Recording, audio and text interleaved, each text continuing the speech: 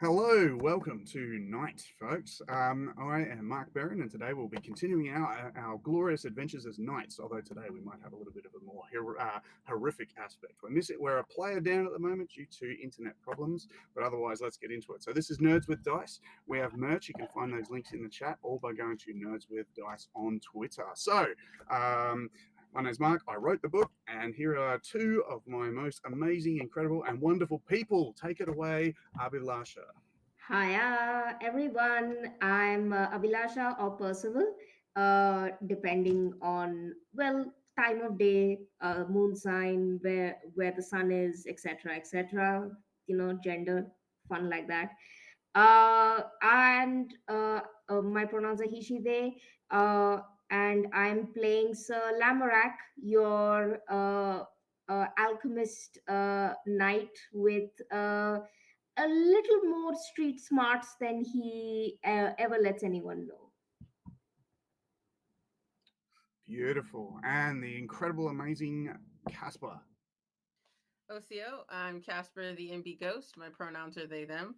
Goes with the NB Ghost. And Tonight I will be playing Sarah Tiernan, um, the Dark Knight. Pretty much. I may or may not have based this dude on Batman. Um, I didn't, but it's working out that way. Where is the Lady Rachel?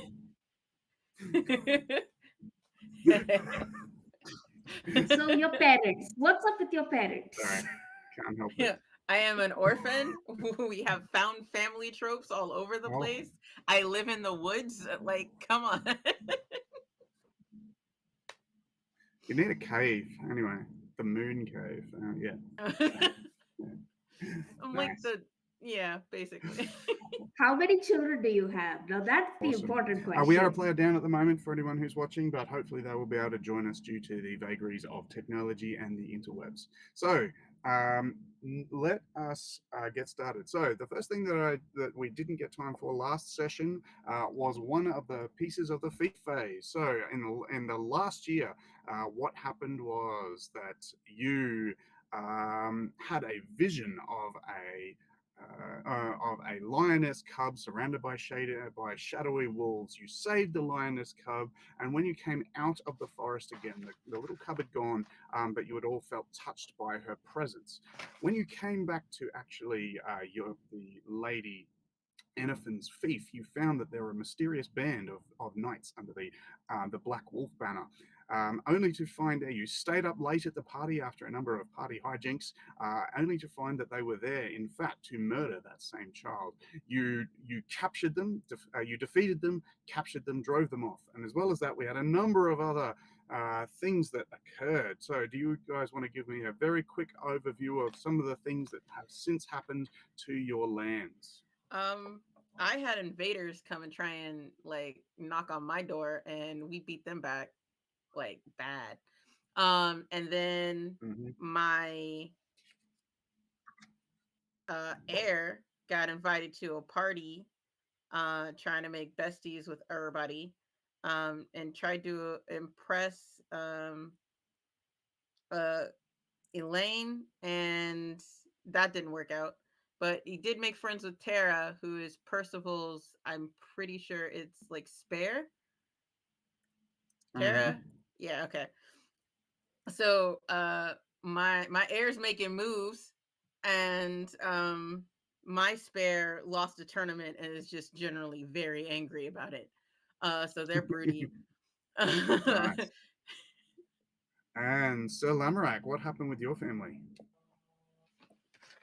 My family, good things to be honest. There were pretty good things. My heir, Aisha, she met her now husband and father of her upcoming child, who has in one of those parties Mm-hmm. fell it was a little bit of a surprise to Lamorak, who has his own machinations around marriage going on, but he eventually gave his blessing through a fantastic wedding for his best friend and heir, making sure she has everything she needs. and is now kind of just uh, figuring out on what to do and what's happened, and making his own relationships now that he doesn't have his best friend there for company all the time. Hmm. Um, Excellent. So we have one more thing that we didn't get time for last time, which is the personal phase. So you had last year. You had time. You know, you're ruling your fief. You're looking after your peasants. You're seeing off bandits and all the rest of that sort of stuff. But you had time to go and do one interesting thing. What we can do here is basically you go, well, you remember the world that we have, and the map that we also have. Although, oh, I should get the link for that up somewhere. The And on that map there is stuff that is going on. So, what is it that you might like to do? So things that in the personal phase, sometimes people train because they want to gain a new trait. Sometimes they want to go on an adventure because they want to do something. Sometimes they might just want to interact with someone, or anything you want really. And you might just want to say, "I tend to my own business," and will narrate sort of what happens with that. So you've got an opportunity now to tend to your own business. So to go about by yourself as a knight for at least a couple of weeks, because you know you just can't help with that nightly glory seeking. You know you can't just hang around at home all day long talking to your mother-in-law. You know, so the what is it that you would like to do? Abhilasha. So Abhilasha, preference between Abhilasha or Percival?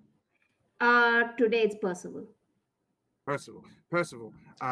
Do you what would Sir Lamorak like to do with his time? I would say that Sir Lamorak, he's been very social for the last. Hmm. He's had a very social year. Lot of Hmm. schmoozing, a lot of talking to people, a lot of doing his duty as a lord and as a child of his of his ambitious parents. He's tired. Hmm. He is tapped out of his social reserve. He's had enough.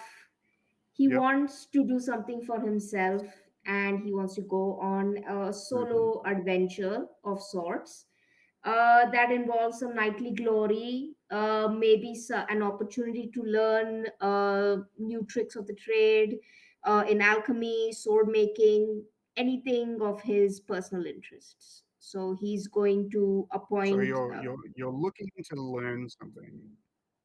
You're looking to learn something, are you? learn something personal, personal in the sense of hobby wise.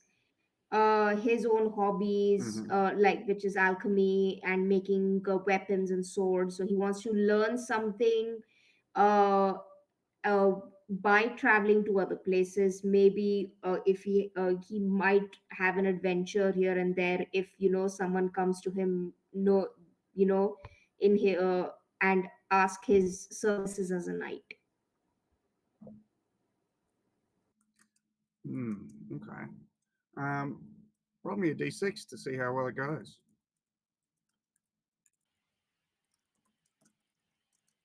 With luck dice, with one being terrible and six being great. Four.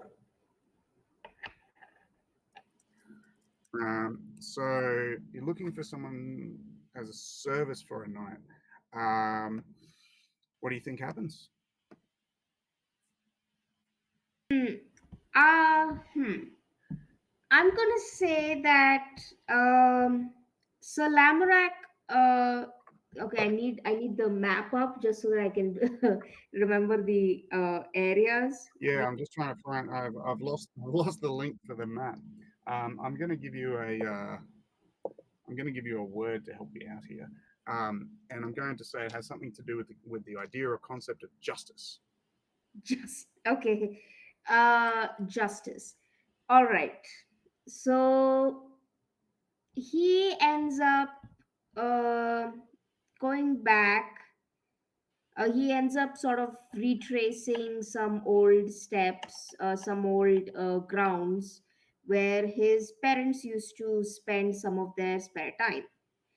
They went there for like Hmm. personal trips to like away from their children, away from their child, just to like kind of be themselves. So they kind of went, I would say, a little further um, uh, east, further east from their lands. Hmm. Once a map comes up, I'll be able to pinpoint exactly where. And I've just found it. I've just put it in the chat. hell yeah. There you go. Okay.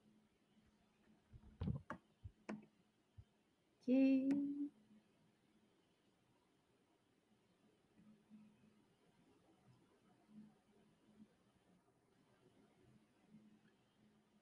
Come on, open up. Yeah, okay. So they ended up going to, I would say, they ended up going to Leoness. Hmm. Okay. So they went to Yep. Leoness. They went to Leoness. Yep. Yeah. And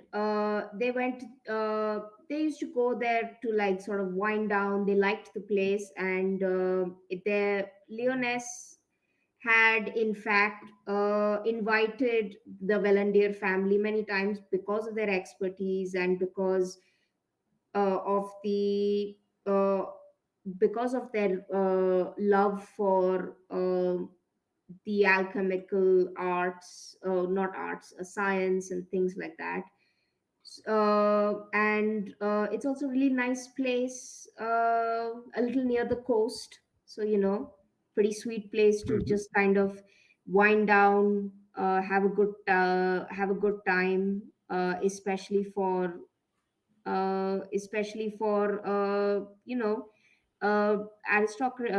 aristocratic members. So, Excellent. he, So that's Dame Deirdre's lands. So you had a nice holiday on Dame Deirdre's lands. That sounds good. yeah, And you wound down. You relaxed. I love it. Aren't they your Oh, in-laws great. now? They are. Okay, yeah. Were you at Just a? vacationing with the in-laws. Okay. Um, yeah. Well, he was kind of with the in-laws, but also at the same time he was more or less on his own, just kind of just hanging around all the like blacksmith, all the smitheries, and with blacksmiths and everyone else. He was just like, he just dropped his bags in the castle like that, and it's just like, peace, I'm out, I'm going to go do my own thing. I just need somewhere to sleep. mhm. I am not bothering you at all. I'm just going to do my own thing. I just am not interested in, I just don't want to see people right now, except the people I want to, except people who will tell me cool nerdy stuff. Beautiful. I'm going to put something a bit of a challenge for you. While you are on holidays, while you are relaxing, these are the beautiful sunshine lands. So there's fields of wheat. There's the peasants are all smiling at you and bid you good day and all of that sort of stuff. And people bring you stuff to drink or eat, and you're just having a great time. Everyone else is just is going about their normal business, but people are just giving you time. When you come across you come across a matter on Night Deirdre's lands, which is there are two men. They are basically fighting each other with fists. They are punching each other right in the middle of the road, and they are yelling and screaming. And you quickly find out that has been a little bit of a problem. And the first one, and the problem is this: one of them has claimed that the other has moved the boundary stones of the fields. And the first one claims that the other one has done the same thing, and they have ended up in a dispute with the two with each other because if you move the boundary stones, then technically anything on the inside is yours, right? So they're fighting with each other over it and saying that the boundary stones have been moved. What do you do in this situation? I just want to how do you? We're not gonna. It's not going to be a full detail, but what sort of choice does Lamarak make when he comes across this situation. Hmm. So Lamorak, like logically, I think he would listen to both of the, what time did they notice, like very much like a detective making, like he tends to make a lot of mental notes. He always reminds himself, he repeats things over and over again, otherwise he gets distracted and kind of just ends up thinking about the thing that he's interested in. So he likes to repeat, and that's how he retains a lot of short term information that he has to keep. Mhm. Early ADHD. So Mhm. so I'm going to say that he kind of makes the two of them repeat their stories, repeat the details again and again and again, sort of like, very Columbo style, until like he Mhm. manages to Mhm. get a discrepancy, like, okay, so he catches someone like Sounds slipping on like a a detail. prowess role to me. Yeah, yeah. Sounds like a prowess role. So that's to do with reason and intelligence. You're not tricking them with wit, and you're not just being like, "Tell me the truth," which is, which is vigor, or Okay, so Swear to D6s. me. Sorry, go ahead. Go yeah. ahead. No, D20 roll under or equal to your prowess. Okay. Sorry. Oh no. I'm three. Unfortunately, I got a 14, and my prowess is 14. 11. Okay, so it's not that you didn't do it. It's not that you didn't do it. It's just that there's a consequence for it. Let's see. How terrible is this consequence? Oh, it's a 6. Okay, so great. Not too bad, really. So you chat with the two peasants. You find out that one of them has indeed been sneaking in early in the morning, and just like every day has just been moving the boundary stones just a couple of centimeters. That's inches for you American people who can't measure stuff. The Look, you're not wrong, but I still am offended. No, that's all right. I just always pick on Americans, especially We the disrespect, imperial it's system. fine. Metric system So truthers. a couple of inches. They just move it a couple of inches every. They've been moving it until they've actually got like several meters worth of farm. Um, However, when finally found out, and you've revealed the lie of one of these two peasants, he looks horrified, and the other one, is like glorious in victory, and basically says that he's going to bring them to the elder council of the village, and they're going to get and they're going to get a punishment of some form, and goes in and grabs the other one by the hair and tells he's going to drag him off. And that's when the one who cheated, who moved the stones, draws his knife and starts to attack the other one in desperation. What do you do now? Uh, I'm going to intervene physically to try and to essentially like one, get the knife out of his hand and sort of just calm him down, and once the situation is calm, assure him that he will advocate that he does not lose his livelihood entirely. He will stay with Hmm. him until the elder So, council. He will fight for him with the elder council that despite this he will not lose what is he will not lose his land. The penalty will not be too harsh. so you stand up for the one who is a criminal. Um, you're a trained warrior. You take a knife out of a peasant's hand without even, this isn't a problem for you. You just rip it from him and take him down. And while he's struggling, you calm him down and the rest of that sort of stuff. Um, what justice what justice happens, Sir Lamorak? it's Dame Deirdre who has the final decision, but you're the one who's going to have to speak on this criminal's behalf if you want to, or you could just leave him to the fate. I mean, are you going to speak for him? He did cheat, and then he attempted to murder someone. What do you do?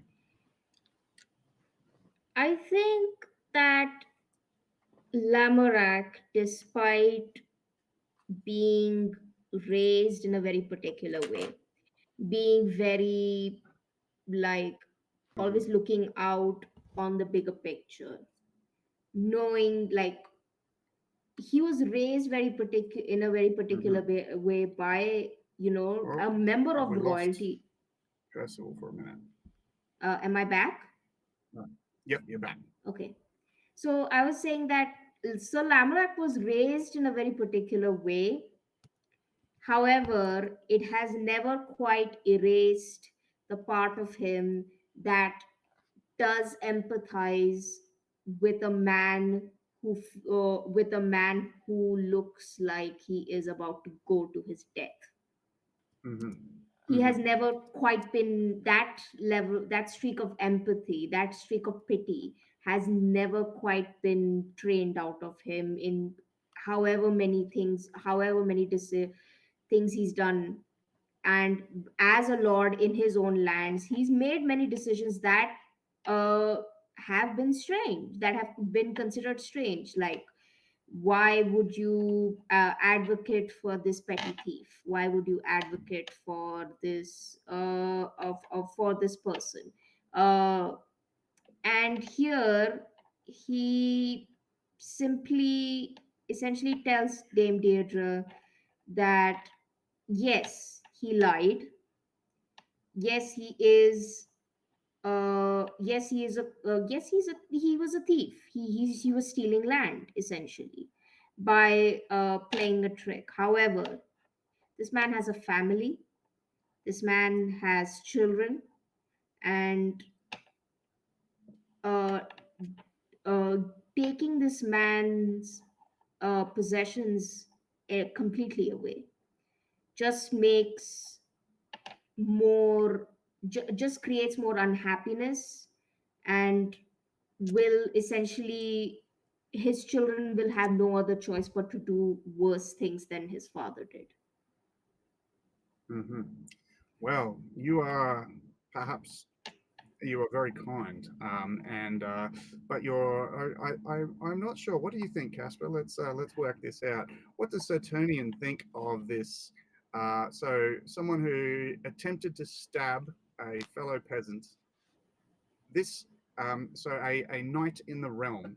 Not only did they speak on behalf of a peasant, but one who attempted to stab another. Um, is this is Sir Lamorak a worthy knight, or who should really have their lands? I believe Sir Lamorak sees the best in people, and mm, that he is a worthy knight who is blinded by his own um, moral code, that he doesn't see the world for what it is. I don't believe Oh. I don't believe that the peasant who tried to stab the other. I believe the thief should be punished, but death should not be the punishment. Like a Mm. month in the stocks or something what's should. uh, what's what do you reckon Sir Lamorak's reputation as a knight would be now after this, amongst all Soft-hearted. of the other knights? Yeah, everyone thinks Yeah, he's a big wuss. I didn't say wuss. All I said was soft-hearted. oh, oh, okay. No worries. Oh, sorry, Sir Lamorak. It's a hard world. All right, now let's move over to Saturnian. So, Saturnian, you have an interest in something. Tell me what you might go out to do for a while. um, so I am going to personally deliver a letter to the Countess, who was holding Sir Byron. Mm-hmm. The letter is, I'm not going to waste her time or anything. I'm just going to personally deliver it so I can also check on Kaylee, the Mm-hmm. true heir, and maybe Mm-hmm. get to know her mom a little better. Um, Yep. Oh, but going in. I wrote a letter in regards to what asking for an update in regards to Sir Byron's captive sister to the Countess. Mm-hmm. Um and if she could get back to me at her earliest convenience. Um So you I deliver it in delivered the person? letter to the castle in person, but not to the Countess, because I know she's busy. You're 100% welcome. Yeah, you're 100% welcome because you're one of her knights. You know, you can come and go. They see your banner, they let you in. So so you deliver the letter, and the countess reads the letter, and on the same day she comes to see you. There she is. She's got the big headband. Her hair is covered. She's wrinkled. Um, and she's sitting with her wife, the Marilyn, the sorceress, with the big crooked staff. And so the Countess Ennifin looks to you and says, "Sir Caspar, Yeah. I am surprised that you have written this letter Yeah. to me, but I I will tell you what I know. Sir Byron's sister has been kept in a tower in his keep. His loyalty to Byron is to Byron's loyalty to Bycourt the Betrayer is contingent on his sister. I feel for him, and yet he has still betrayed not only the vows of hospitality, but attempted to slay the High Queen, the young child. What would you suggest that we do in this situation? He is sitting in my dungeon, and Bycourt the Betrayer has not yielded to my demands of ransom. And so either he sits in my dungeon and dies, or I release him. What would you suggest, as you were one of the three who held him back? Well, what you do with your prisoner is um I seek your advice. I believe that this man was extremely desperate, and in dealing with desperate men, I would give him the opportunity to assist in saving the one he cares for, with a few trusted knights too. And if that mission would to were to fail, um Bycourt will take that problem off of your hands, but at least you give the this man an opportunity to try and save his sister. Will you, if I feel that there is some justice to this, and there is injustice in holding this girl hostage, she says. You are one of my greatest knights. Will you take will you take Sir Byron to rescue his sister? Of course. If you do so, your glory shall be great, and perhaps we shall gain another knight as service, in service to the High Queen. Um I gladly accept this um opportunity. I do request one night because I have personal business to attend to. Um What knight is this? oh I oh I night as in like the time, not the Ah, person. of course. We keep having these linguistic difficulties. um I I do request to see the High Queen, the lioness. I have brought her a present. Um Of course, she says.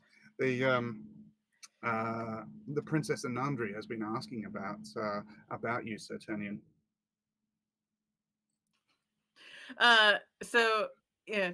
I will. I'm not that stone faced. Tiernan is stone faced at this point, and is like, I Hmm. would like to see her as well. Um, Excellent. Perhaps you would like to take a ride in the woods. I have a nice palfrey with an even gait for the princess. and I can provide. And if you wish, I can provide you with victuals and food. Um, yes, I A shall lovely not. soft Yeah, I shall picnic not. blanket. Then I shall not spurge the graciousness of my host. So, yes, of course. Of course, she says. Um, so you speak with the Princess Anandri, who is very happy to see you. And the tiny little baby girl is, strong, powerful. She has a mighty grip. She has, she is loud. And the princess is glad for some respite, as if you wish to take her for a ride. Um, the two of you go riding together, I take it. Yes. You know, Before yeah, we go you get, writing, I made a carving of like a little lion figure that can also be like a whistle for the mhm, princess. It's not big enough for like the baby to choke on. It's yeah. just it's not small enough for the baby to choke on. It's a hardy thing, but she can like play and chew on it without it being damaged. She like grabs it and then drops it, and then someone picks it up and give it to her again, and that sort of stuff. And she's loving it, and she's just eating it. But that's babies. The What I expected.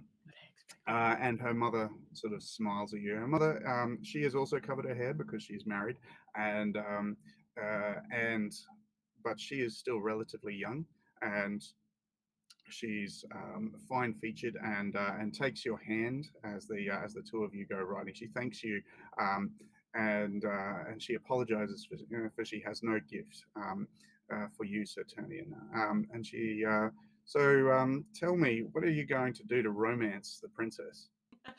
um, I I didn't think about this. You're I am riding. The Countess has given you a bunch of stuff. She actually has given you a lot of wine. Like, it's amazing how much wine she's given you, right? She's given you 2 cups and like 4 like big jugs of wine. I don't know what she like when the Countess has given, and like heaps of cheese. Um, make me a little wit okay. roll. Yeah, All yeah. right. You're not an alchemist, or you don't know anything about herbs. Oh, you're a hunter. Please roll this with Okay. advantage. Okay, so that one meets it. Let's see if I can beat it. And that's a 6. Okay. Yeah, and that That's all is you lower need. than mine. So I Um, pass. No consequences. oh, I probably shouldn't have even asked for a roll. You're a hunter, you would know this. There's a whole collection of herbs. All of the cheeses, all of the stuff has been put in, but it's the herbs and stuff that the countess has had added to these cheeses. They're all aphrodisiacs. Every single one of them. She's like doubling down on the herbal aphrodisiacs. The countess has like loaded Freaking love this. on the back of this horse. Um, so like the princess, you said she was married?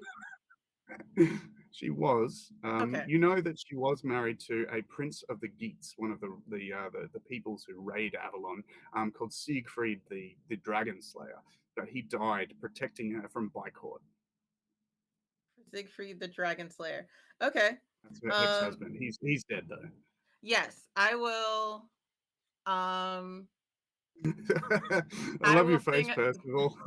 Look, you had your opportunity. You said you were too busy with socializing, so you went on a vacation. I'm taking a similar vacation. I see. um, Okay, okay. I'm sorry, dude. I'm going to sing a ballad of the ballad of Sir Siegfried the Dragon Slayer, and how he was blessed by Rhiannon to protect the princess and continue the line. I make him out to be like this epic hero, uh and like completely romanticize his heroic feats, um just for her. she I'm gonna create an a number for romancing the princess's heart. That's what I've winning the princess's heart. I'm Okay. gonna put one on Saturnian. So Saturnian has so the number to beat is 30. Whoever gets there first. So this will take a while. Okay. So it's not going to be today. Um, So Saturnian is one, and Sir Percival is the other. Sir Percival, Sir Lamorak is the other, and so overall, Saturnian. So give me an effect die for how much you like. She is quite sad when you sing of him, but she smiles nonetheless. And she laughs at the overblowing of his deeds and things like that. So give me an effect die. Because you're talking about her husband, I'll give you at least a +1 for that. One die up for that. So you tell me what die you Okay. have. So effect dies are That's just the normal polyhedral, so not the d20s. So it's usually a base of a d6 plus or minus whatever the situation is. okay. Shoot. What are my? So what I do is I go at least it's a d8 and then have a roll of that. I've actually just dropped the winning the princess's heart. Oh, and the countess has loaded you up on some Yeah. So that's aphrodisiacs, a so you bonus. could So probably have that's another a. one. Hang on, no. Well, here's a first question for you. Do you Do I use cook for that? her? Do you use that and Absolutely. the wine? I'm a hunter who's been out in the wild. Of course, I'm gonna cook for her. You know what? She's loaded Oh, up. then you Like should she's probably have loaded us up with um meat, like cheeses and herbs, right? Like breads and herbs and wine. breads, herbs, Can I wines. also can Yeah. I like hunt for can I roll to hunt to see what meat I can provide so I can prepare a proper meal? Oh, easy, easy. Like well, you don't even have to roll. You're a hunter. What do you want to bring down? Do you want to? How do you want to do it? Do you want to do it with a falcon? Do you want to do No, it I so I'm going to track down a nearby boar. Deer. Let's do deer. Let's do venison. Boar is a little okay. too tough. Yep. So I'm Yep. gonna track down a nearby deer, and I will track it down by myself without the help of a falcon, and then I will hmm like I'll shoot it down and then I'll butcher it out of her sight so like while she's feeding the baby or something, I'll come back and clean it. Well, the countess has offered to take the Okay, so baby. while she's off like setting up Yeah, the picnic and everything, the I picnic. will Yeah. butcher the meats and then I'll come back with just like nice slabs of venison and start cooking. Oh, Um she's very impressed. She's very impressed indeed. Um, and all right, so you just tell me what dice you think is appropriate for this. okay, so I'm gonna say the hunted like so, would it I'm thinking either like a D8 or a D10 depending on. Just go with the Okay. higher because I mean, look, you've got aphrodisiacs, you've said a poem, you've hunted fresh meat, you've Yeah, we went hard you're all on this good. Go with wooing it. situation, so I'm gonna say a D10. You are you are wooing And hard. I rolled a 9. 9. So you've got 9 towards your 20. So I've dropped the AN to 20. 9. So almost halfway to winning the princess's heart. We're going to cut that scene there. I don't think anything further happens. The aphrodisiacs don't have their fully intended effect or anything Yeah, like yeah, that. that's good. And she engages you in polite and just slightly flirty conversation. So the okay, so that's our personal phase. The other thing is you guys get 5 glory, so you just add that. That was for your previous adventures that you've had. So I don't think I told you that last time. So just add your glory in. Oh, one last thing, Sir Lamorak. Rumor has it, scuttlebutt amongst the gentry as you have guests and you're wandering around, that Saturnian is speaking to a mysterious and beautiful princess mysterious and beautiful lady who lives at the countess's uh, manor. Um, what are you feeling on that, Sir Lamorak?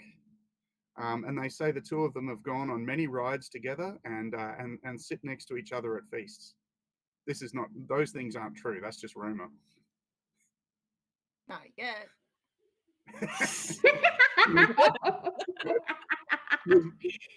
Okay, so Lamorak is like he's had his adventure. He the way he kind of divides his life is This is me for the family, this is me for me, I've had my time for me.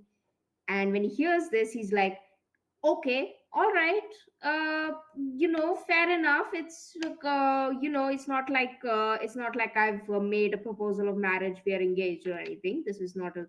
this was we're simply writing letters. This time Salamarak writes a letter requesting if he could come over and they could spend a couple of days together. He's planning to show her like his interests and hobbies, things he can make, how he makes them, Are you his. inviting her to your thief?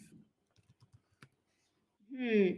I think he will put it out there that if she is looking to get out of the castle, he can arrange that no one sees her or no one recognizes her, and he will give her like the best and most secret transportation under the cover of everything down on the down low. And she could come over and he'll show her around his lands, his home. You receive a letter back, and in that beautiful calligraphy that she has, she thanks you, and wishes dearly that she were able to, but she has been told by the countess that she should not leave the manor for her own safety at this time. Okay. He reads that and he's like, okay, that's fair. And he essentially decides to, and he's like, okay, then would you mind if I come over and we can spend some time together? The countess does have a does have a very good smithery, and he wants to like kind of show her his skills, and kind of just get to know her on a one-on-one basis, and also for her to know him more than sort of the everyday pointless, not insignificant but not emotionally significant things that they've yet to share with each other. She welcomes you when next you can appear for. She believes the countess is calling another feast early next year, and she would hope to see you there. Um, Talking about that, Salamra. let us fast for. Oh yeah, Oh, I I oh was Salamra doing a thumbs accepts. up. yeah, beautiful. I'm going to fast forward in time until the next year. So spring has broken. The darling buds of May and all that sort of stuff have started to bloom. And past the cold and ice of winter. And that green grass is starting to show, the snow has started to fade away. And you were summoned early on in the year to the Countess Enophon's chambers. You go in, and there is you are welcomed as knights and everything, but all of the knights have been summoned here. For this is your what you know to be. So you owe service to the Countess Enophon of about 3 months every year, and she tells you basically what she needs to do for the lands. She is sitting there at the head of her hall, and all of the knights are sitting at the long tables around. And the two of you are sat to her left and to her right as her boldest and bravest knights. She has, and she has told her, she sits forward um, and she says, to all of you, in these dark times, there are many who have not given me their fealty. There are many who traditionally their parents and their parents before them have sworn to the House of the Three Flowers, who have now gone on and now only fight for themselves. But fingers of a hand separated are easily broken. It is together that we can be strong and bring unity and safety and peace back to these lands. And since the High Queen has gone, I have seen very little of either. I ask all of you knights to go forth, and I have given each of thee a quest to go for and speak with these knights and bring them under my banner, and if not, to drive them from their lands. It is a hard task, but one that must be done. Go forth, she says to the rest of the knights, but you two, please stay. As the rest of the knights sort of, there's a big huzzah, and they all wander off to get on their horses and travel off with all of their fighting men, and the armies are dispersed to go about various businesses. She sits there with you, and the sorceress Marilyn sits next to you, comes and sits down at the table with you. The Countess touches each of you on the arms, and she says, "You who are my most valorous knights, I ask of thee a quest that is dangerous indeed. There is a land, a fiefdom, long since lost. For perhaps 3-4 years, not have I heard a single word other than that of the people nearby who claim that it is lost, that some great, horrible green mist has overtaken that land. It was once prosperous and great, and it is somewhat linked to you, Sir Lamorak, as from my rolls of history, it was the last fief given by the High Queen Rhiannon before the Battle of Camelon Field. It was bequeathed to your parents. I ask you both to go and find it. Go within this tower, because there is one other thing. Somehow, in this green mist and at the top of this tower, I know it not, but Bycourt the Betrayer has some way of getting in and out of this place right in the middle of my lands. For Sir Roundabout's sister is there in this tower. I ask you both to go forth, find out what is happening, release this girl if you can, and reclaim the fief under my banner. And if it so be, and if you can do so, then, Sir Lamorak, I shall grant you these lands, as is bequeathed to your family, and you shall become Baron." I um I accept, and I accept this on behalf, in honor of my parents. She nods. And then the sorceress Marilyn, with her big staff, says, "I warn ye both. This land was once that when he was still but a man and not yet a god, that of the king of the underworld, Aaron. He lived in this place called Caradwen. If ye go there, know him by his signs, a great white stag with 12 points, and a white dog with red ears. If he shall appear, he shall appear in those guises. He is a magician and powerful sorcerer, but be cautious, for his wrath is mighty indeed."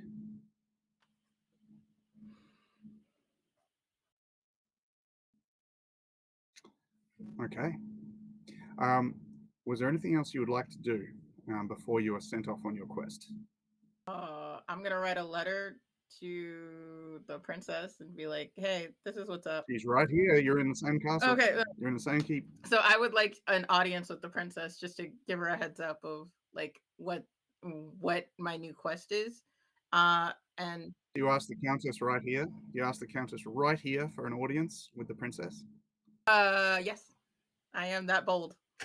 So I'm right. You're also right here. Yeah, so Lamorak doesn't blink. He says he doesn't even nod. He doesn't blink and just says, "Could I have once you're done, of course, Saturnian, I would also." He also requests an audience with the princess. The Countess smiles and says, "I ask you both, gentle knights, what is your what is your idea for what you will do with the princess? I Yeah, are your intentions honorable? of course, I just wish to let her know where I'm going, and to tell Kaylee that I will be back soon. My my intentions right at the moment and forevermore are have always been honorable, and I simply wish to give her a little to give her a gift that I had promised in one of the letters we have been exchanging. Of course, says the countess. And she says, a little rivalry goes a long way, perhaps. You shall see them, but which of you is the greater knight to see her first? Oh, I only assume because I asked first. Sir Turnian takes the role. Do you say anything to that, Sir Lamorak? So Lamorak kind of just he's like, since when does being first count for anything right now? He just kind of gives a little bit of a bemused look to Saturnian on the, oh, I was first thing, and he goes, uh and he says, you know what, Saturnian, uh one I never admitted, this is something that I because of the events of that night, I never got to speak to you about this, but I have always been very fascinated by Yeah. your weapons, as blessed as they are by a goddess. uh, they hold special properties that I have always, as as a as a let's say someone with an interest in alchemy, I've always been fascinated as what are those special properties that are in your bow and arrow Sir against my own. Sir Tiernan's gonna put his hand on your shoulder. We will have a whole quest to speak about these weapons. I have someone I have to say goodbye to real quick. I will be right Actually, back. actually, and he kind of, and he puts his hand on Saturnian's, he like kind of very gently puts his arm, but very clearly shifts his body so he's standing in his way, and then says, it's actually, if you let me complete my sentence, I was wondering if we could compare, if we could have a demonstration, my handmade weapons against yours. Just one bout. A duel for love, says the countess. I'm down to fight about it. I Okay. won these in a fight. Like, this is above table. I won these in a fight. Tiernan is like, okay. Soft heart Excellent. Lamorak is actually into this. I'm down. Mm. Okay, so Selemarak is going. So the two of you, the Princess Anandri is watching. The grounds have been made clear for the two of you to determine who is the better knight. Right at the moment, you have whatever weapons you wish. You are obviously not going to kill each other. It's all. But whoever wins will get a role to win the heart of the princess, because being able to kill people efficiently is one of the most romantic things that people can have. So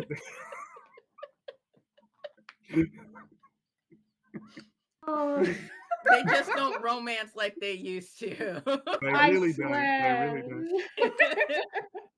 I'm gonna put that statement in like about the three different lesbian centered discords I'm in, and they'll all agree with you on that front.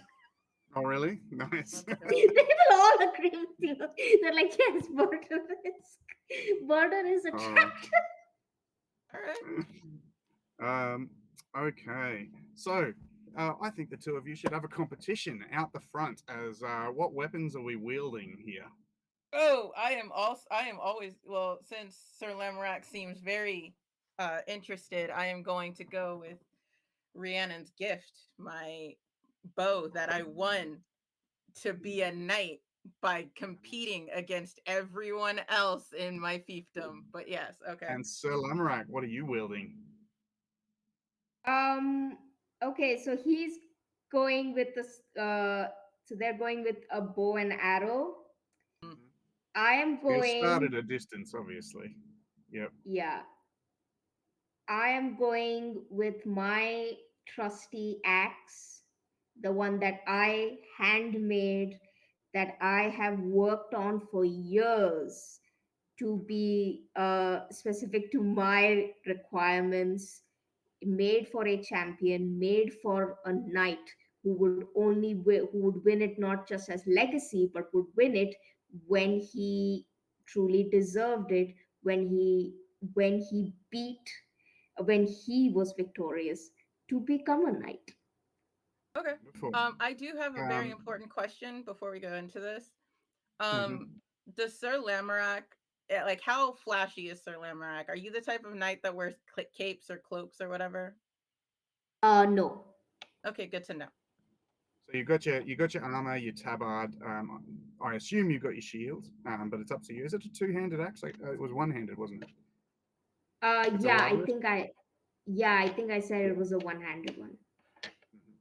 And so, well, let's see. On a we have the two of you fighting. How are you going to? So tell me just a quick thing. How are you going to go about winning this competition? As the Countess holds up her hands and says, "Begin." How do you engage in this? Because that'll tell us what attribute we're rolling against. And so remember, a competition. You both roll a d20 against the attribute. Whoever rolls succeeds, but is the highest on the dice roll, is going to be the winner. I'm gonna go with um how do I phrase it? Like, I want to hit him in a spot that I know like won't like permanently hurt him, but also makes it like useless. Well, Um you can use blunt arrows and things like that, and you can okay. rebate your axe. You can rebate your axe, Lamarak, or at least put a like a cloth thing over the end of it, so you're not going to murder the hell out of each other. Okay, so yeah, I'm gonna use a blunt arrow and shoot him in this visor. All right, and so you're Can't hit what you aiming. can't see, home. So that sounds like a prowess roll, if you agree with that. So you'd be rolling against prowess. And so Lamarak, how are you doing this? Hmm. Well, the fun thing about axes is that they're very good for close contact, but they're also good for throwing. If you're real good at throwing, bows and arrows can't do jack shit.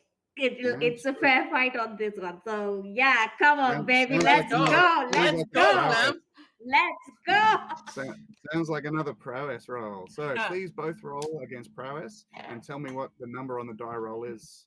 Mine's a 10, which is the highest I can go without a consequence. So Best possible roll. I got a 2. Oh, while the two of you are a success, are both good. I can imagine the two of you facing off. You're about 10 meters, 30 feet away from each other, and you know, basically, Sir Lamrak, you don't even attempt with the whole, you know, duck and weave with the shield. You just like whoosh, you throw this axe, and even as the bow raises and you lift the axe just flies slightly off to the side, and the arrow pings you right in the pings you right on your helmet as you get done for. So. Um, I think winning the princess's heart has had another dice roll on it. What die roll? How effective do we think this is, folks?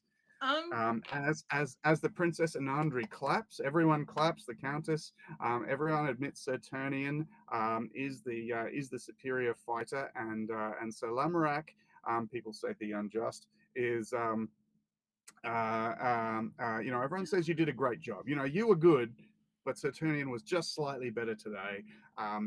The Princess Anandri comes and ties a scarf around your upper arm to give you her favor for this after this battle. What die roll do you think we should have here, Saturnian? Is this a lot? How much? How much is the princess impressed by this? Is this I'm potentially gonna a D12? uh, no, I wouldn't say that because she's seen me hunt before. She's seen my prowess like with a bow. Mhm. So I was gonna stick with like a D6 because like girl knows I can shoot. So Yeah, I was true. like, yeah, and like I don't think she's seen Sir Lamorak in I'm battle right. before. So Hmm. it was just like, oh, okay, so he shot the guy like he's been Nice, trained to do. That's all it is. So I think it's just a nice. D6. And Sir Lamorak, she's impressed by you as well. What die roll will she give you for winning her heart, even though you lost? That was scary. You almost took off my hairs, bro. I think that Sir Lamorak, the fact that he um, in his letters he has mentioned that he is someone who works with his hands. He likes to make things. This is something that is a passion, and he has been a lot he's been opening up about this to the princess, Hmm. and in this duel he very clearly proclaimed that I am using something that I have made. I am putting myself on the line. Hmm. So this Hmm. shows a level of like that that at least to the princess he seems to be there seems to be an emotional investment apart, and not just rank opportunism. He does actually care about her and wants to be as real as he can get when he Hmm. is facing off against a fellow knight. He may have lost, and he knows he lost by inches, so his pride is not too bruised right now, because Hmm. Yeah, he knows you that, lost by that much. It could have been either way. yeah, So, yeah, it could yeah. have been either way, and he's actually kind of really proud of himself on that one, because he knows Sir Turnian is like a really good hunter. He has massive respect for him, and he does actually still he has always wanted to be friends with him, and he's been one of his like sort of, I wouldn't say idols, but he has really admired the work, things that he does. Now, the fact that he set himself as his rival is like, you know what? Okay, fair enough. But I still, I love I this was this three-way close to, rivalry. I was Look, still Yeah. fucking, I was look. this close to getting the motherfucker. At the end of the duel, as a sign of respect, I'm going to pick up your axe that flew by my head. I'm gonna dust it off, make sure it's clean, and then I'm handing it to you and shaking your hand because that, No. like, honestly, that was really good. Yeah, Yeah, it's a very manly handshake. very Yeah. badly, very manly, Yeah. very Yeah. manly handshake, Excellent. and So you should so both yeah. roll to see how much you win the princess's heart in this duel, because you're both fighting for her Yeah, and I got against a each other. 4. Right. Four. So you're on a D6, right? 13. Yeah, Mhm. if you want, that's your choice. I'm going to say that, you know what? What I was about to say is that I'm going to go with a D8 in this scenario, because this is the first true significant emotional thing that Salamrak has shown to the princess. All right. How'd you go? Well, 5. Yeah, Not bad. it's getting there.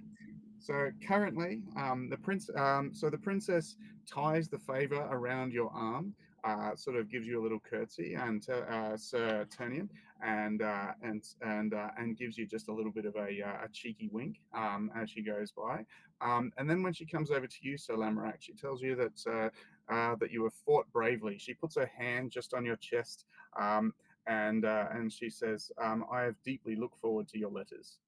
The and So from there, I think we're going to cut as you guys go out to actually deal with some nightly adventure, as opposed to fighting each other over matters of romance. So, um, We're gonna talk about this on the adventure, by the way. Oh, big time, big time. So so Lamrak actually who? feels like he's gotten closer to Sir Turnian in this way, and he's Yeah, it's like, now oh no, that was legit. cool, dude. The axe there, I Yeah, didn't know you could do that. That's pretty awesome. It's like really, really close. Nice. yeah, We've yeah. got a I scene think of the that two of you just happily getting on.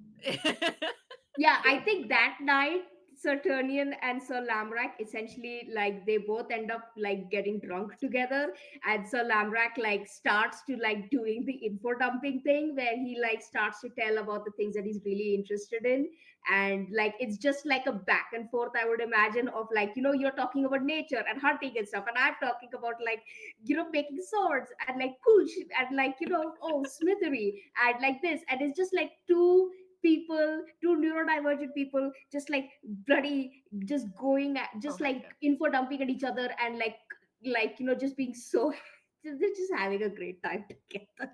Do your eyes meet for just a little bit too long? Nope. Okay. Eh, So not really. no, just having a This So great is two, Lamrak just two this is just a guys wants. having this a is a great time. bromance right here. Yes, So just having a Lamrak's great just time. he needs friends. He needs friends. He misses his friend, and he doesn't have a Yeah, lot of friends right he's now gonna who are home. he's gonna need some friends soon because you travel on to the place known as Tannock. It is a few days' ride from the Countess's fief, and you've taken your men with you because you're fighting people. They're not all men. You take your fighters with you because that's fairly standard. Your squire and everything else, as you have been sent out to this strange fief known for its green mist. As you get to the edge of it, Salamrak, you realize while you haven't come the same way that you would go to your lands, it's not actually very far from your lands at all, perhaps only a half a day's travel or so. You have heard rumors that this place has been dangerous, but you've just been too busy to go and look at it yourself, and it was someone else's problem at that time. But nonetheless, here you are. And as you look down, you're at a high hill riding through these thick forests, and just through the trees, you can see sort of it goes down into a valley. And at the center of this fief, there was perhaps once a number of little villages, but there are no people, no smoke emanating from the little houses. But there is a lake towards the center of this valley, and on it, and in the middle of this lake is an island, and on that island is a great tower. And next to that tower, from where you are, just long in the distance, you see this willow tree, sort of its branches drooping down to the bottom. Um, and that's what you see from here. What do you have any plan of how you would go about this, or what you want to do? So you're overlooking a fief, which is 5 square kilometers or so of land, about 2.5 miles, and you've got a reasonable view. You see this tiny tower and the willow tree in the distance. You've still got a while to ride, but the little hamlets of the working people that would be normally scattered around every fief, none of them have any smoke. You see no people whatsoever. What do you want to do?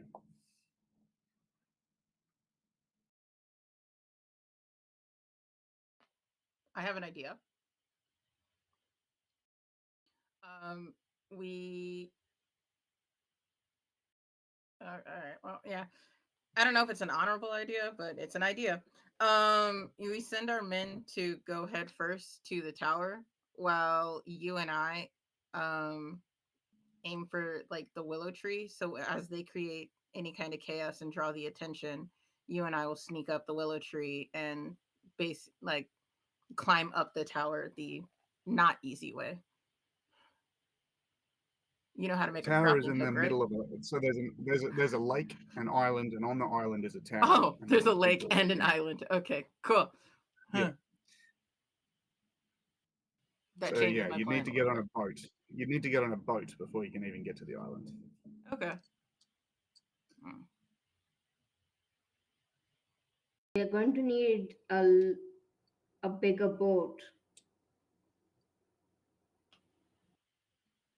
The I was boats that you about to see on the say little near boats, the little a lake. lot of boats, but I couldn't resist the line.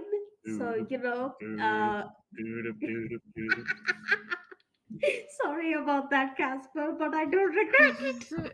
Yeah. Anyway, I suggest multiple targets. So instead of a big boat, we use a lot of small boats and we come at it from different flanks. One of the little villages there is just right on the edge of the lake. In fact, a few of them are, and even from where you are, just you see they have tiny little docks and just dinghies and things like that, rowboats sort of pulled in and overturned. So up on the edge, that would be normal for little fishing boats and things like that. All right, we borrow those So, boats. all right, you head in. You head into the thief.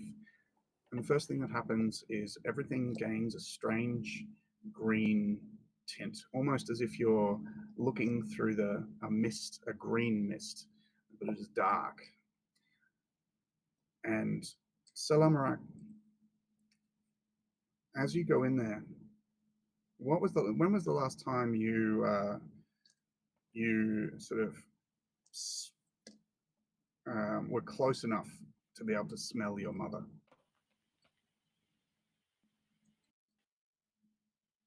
Um,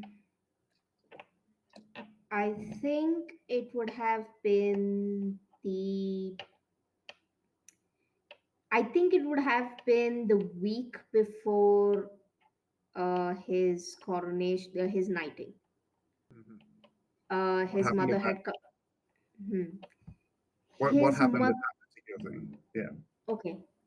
Um, his mother had come to his room.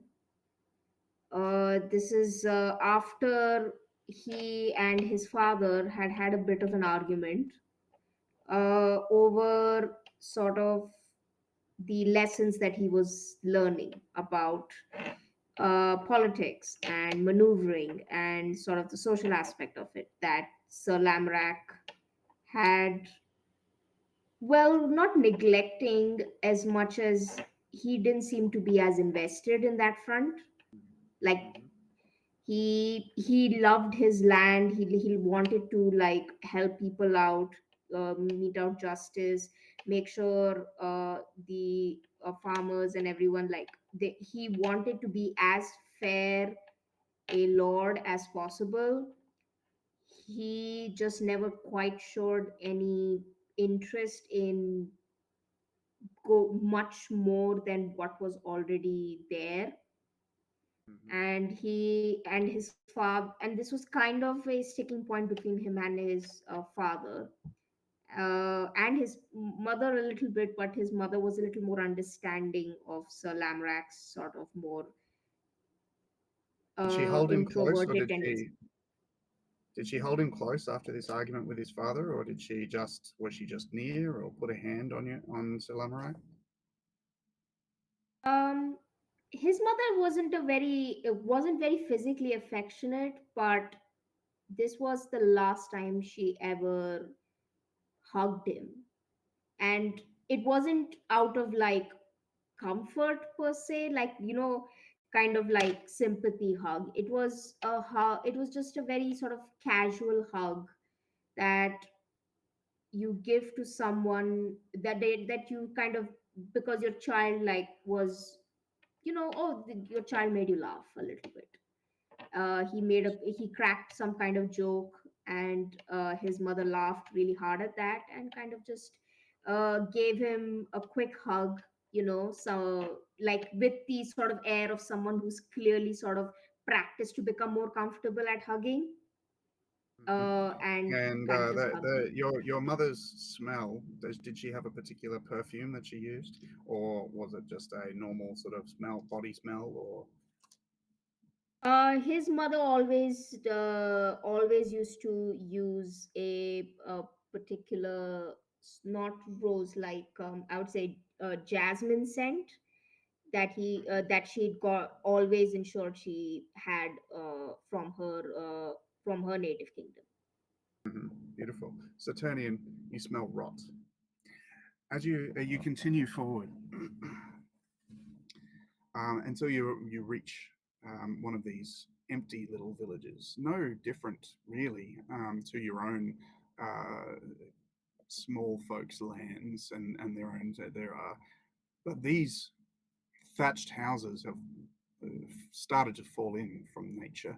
The green moss has begun to work their way up over on the woods, and now that you are closer, you see the stone tower on the island here. It is an old one. Most towers have a wooden conical top to them, but that conical top must have broken and fallen in at some time. And even the very top layers of the stone tower there have started to crumble and fall in. Uh, it looks old, and on the island, just as you come near and you see the boats and things like that, you see um, a white stag just standing next to that willow tree. You remember that you have seen a white stag before. It walks behind the tower and is gone. And in the village here, it is silent except for the splashing of the gentle waves of the lake as they move up and down. There is no one else around, and you are walking here through the mud, clip clopping on your horses. There's only the pulled up rowboats of the village here on the edges. Animals are gone. There are none here, and your horses underneath you are skittish and shy. And you come across right just on the edge, just as you are looking at the boats, just near the docks themselves. You come across a party of people who were slain, perhaps years ago. Their bodies rotted long since, and you see the colours of your heraldry, your soldiers, Selamarak, lying dead here, piled up on the edge of the lake, perhaps 30 of them. Their bones broken and withered, their clothes still around the bodies. You even see the bodies of their dead horses, all of which have been overcome with this greenish mold that spots them.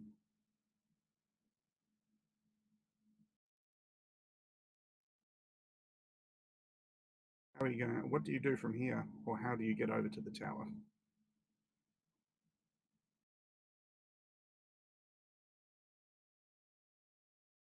The lake is dark; you can't see through it. I look over at Lamorak real quick, to as I notice that the colors are the same. I was like, oh, but like he's taking too long to say anything or acknowledge anything, so I'm gonna go over to the boats. Yeah, he's a little, he's in shock, because and he doesn't quite know what to do at this moment, leaving alone the fact that those are his people. He was responsible for them. They came on this behest, at the behest of someone who was supposed to care for them, and he's now let, like, his entire thing is like he's kind of in this a little bit of a shame spiral going on right now, and through like PTSD flashbacks of his parents, and he's kind of just looking at Saturnian in a, like, sort of this helpless rage is on his face, and he just looks at him like, what do I do? Sir Tiernan, without a word, um, he's like just flipping over boats and getting like the men to flip over boats.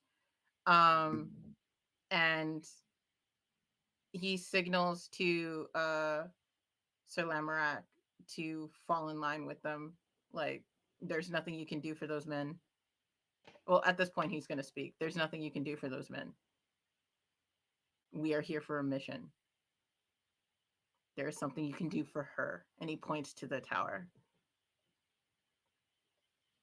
Salamrak swallows, and he essentially starts to help and work with the men to, like, to flip the boats and stuff, and he's working, and like there's a fire in his eyes that he's not had before.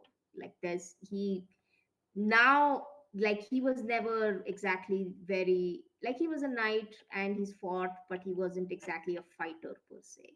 Now he wants to kick some ass. Now he wants to break some people. Mhm.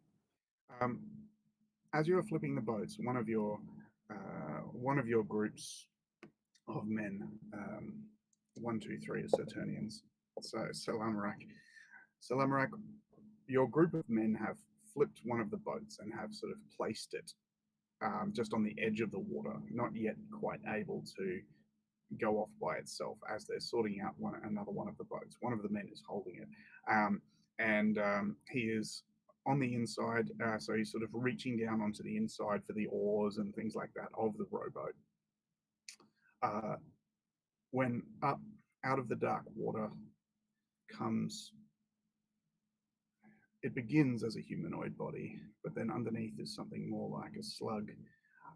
It simply stretches up 3 meters high up out of the water, a bare half a meter from that man as he looks up in it, in horror as this slug thing comes up and out of the water. And as you look at it, what's the thing in your mind, that shame, that you don't even want to think about it anymore? This is the troll. This is the disgusting troll. You are. It is an AN of 20. You have a problem as this thing now reaches forward, um, grabs your man, and its head opens up. But the worst part about it, Selamarak, is this appears to be one of your cousins, one of the ones missing. This was Sir Eliak.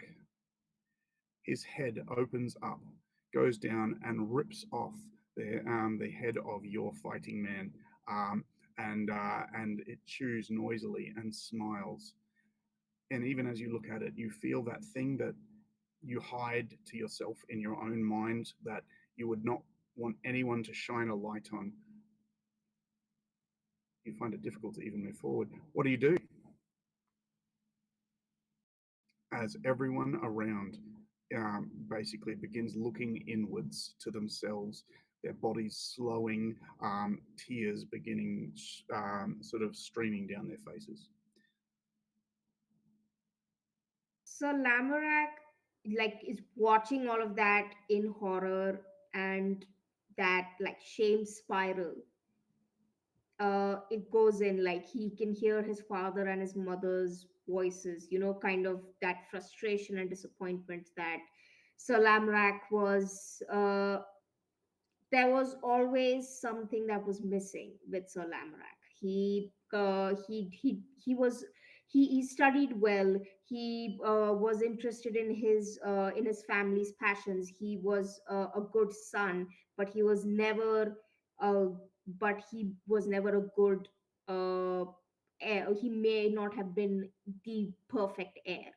There was always something missing, and as much as Sir Lamorak tried, he could never quite get there.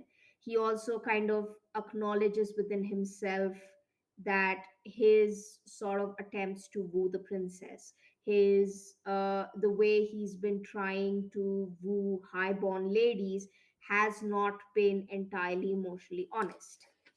Like he knows that they know what the game is. However, Sir Lamorak is still, he has always been a romantic at heart. He believes his parents were truly in love. They had had 40 amazing years together, and Sir Lamorak wants that with someone, even with the knowledge that he has to be better, he has to be the perfect heir, and that What do you do? Yeah, nice. I love it. What do you do now? I'm not stopping you from doing anything, but those things are just happening to you. As you look at this thing, it's like your mind is being opened to places that you would prefer it not to be. I think that What do you do? in this shame spiral, there's also a part of Sir Lamrak that is, he is afraid of his own aggression and anger. And when that starts sparking in his mind, when he sees that, he forgets relation. He knows that that's his cousin. That man is dead, and he is nothing more than a monster. And I'm a knight, and I vanquish monsters. And he goes for the slug. He takes his axe and straight up starts trying to hack the fucking thing to pieces now. All right. Saturnian, what is that thing in your mind that you never want to think about yourself ever again? Um, my parents down a dark alley. No, that. Sorry, the joke was there. No, so Tiernan um likes to put on airs that he's like this badass who knows what he's doing. He won this for a reason. But like I think the thing that haunts him is like what if he isn't worthy. Um the thing that haunts him in the night is he he was alone for a good portion of his life before he was found in Iden. And Mhm. like he was struggling to survive and he never wants to go back to that. um and now he's made it to this place where he is a respected knight. People look to him. He is a great hunter. But what if it all is just him? Like he just got lucky and he's just been riding the coattails of that luck. And like what if he like it brings him back to it's serious imposter syndrome that he plays like that just bubbles up.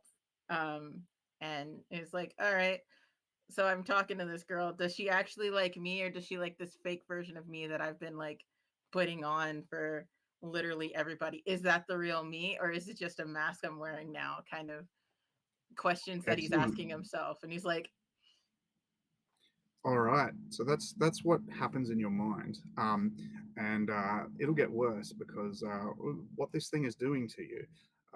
What do you do? Sorry, Saturnian. Saturnian. oh no, I try and shake that off with like where Tiernan excels is he's a man of action. So he sees this monster coming up, and like he's like he may be feeling like an imposter, but imposter or not, the monster will eat me. Mhm. Whether I'm worthy or not, I'm still here, and there is still a girl trapped in that tower. So he just has faith in the gift he was given. He has faith in his bow, and he pulls he docks an arrow, and gets ready for a fight. All right. So first, we're going to make a roll to see if you guys get any consequences. Now, this thing doesn't. The shameful troll does not attack. But every time you look at it, what's happening? Consequences are it working down your mind.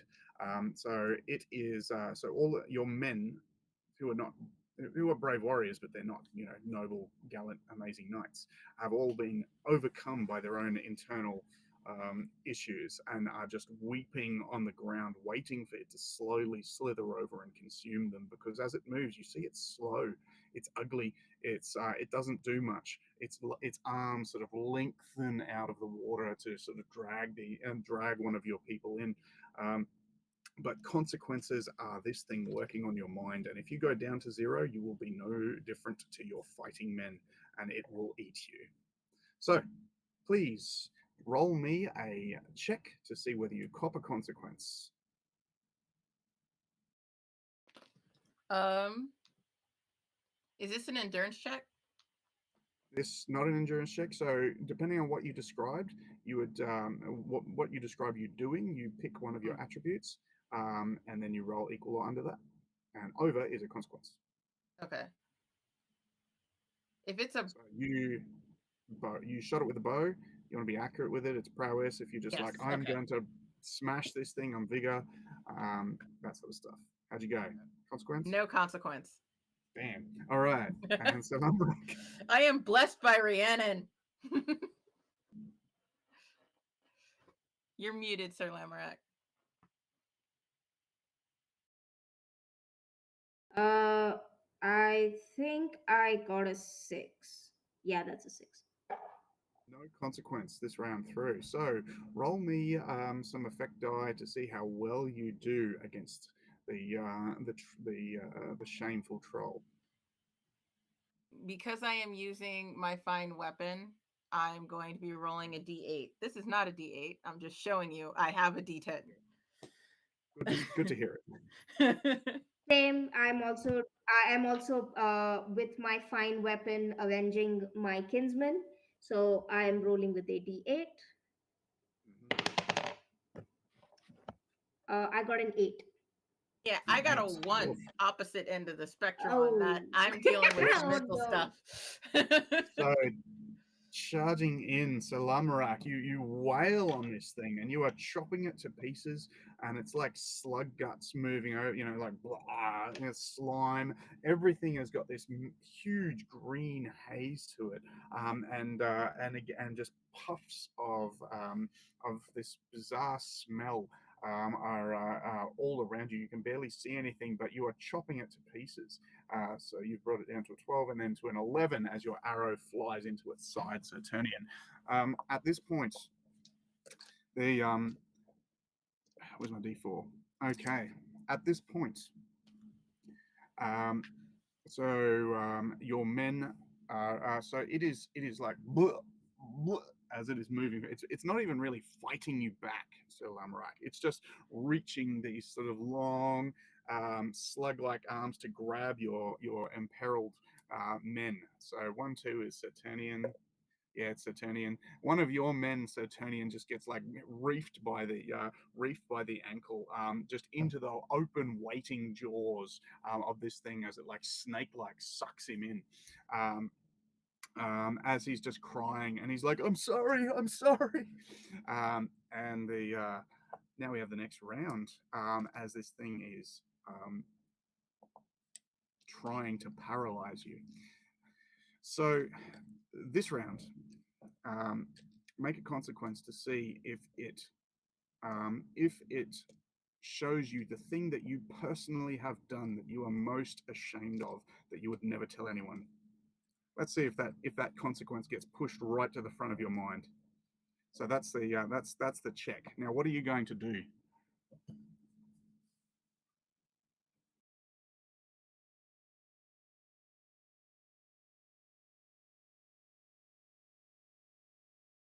I'm thinking. What uh, is your actual action? What is your actual action that you're trying to do here? I think Sir Tiernan, seeing his man in trouble, and man is at this point a gender neutral term. Seeing their person is too many syllables.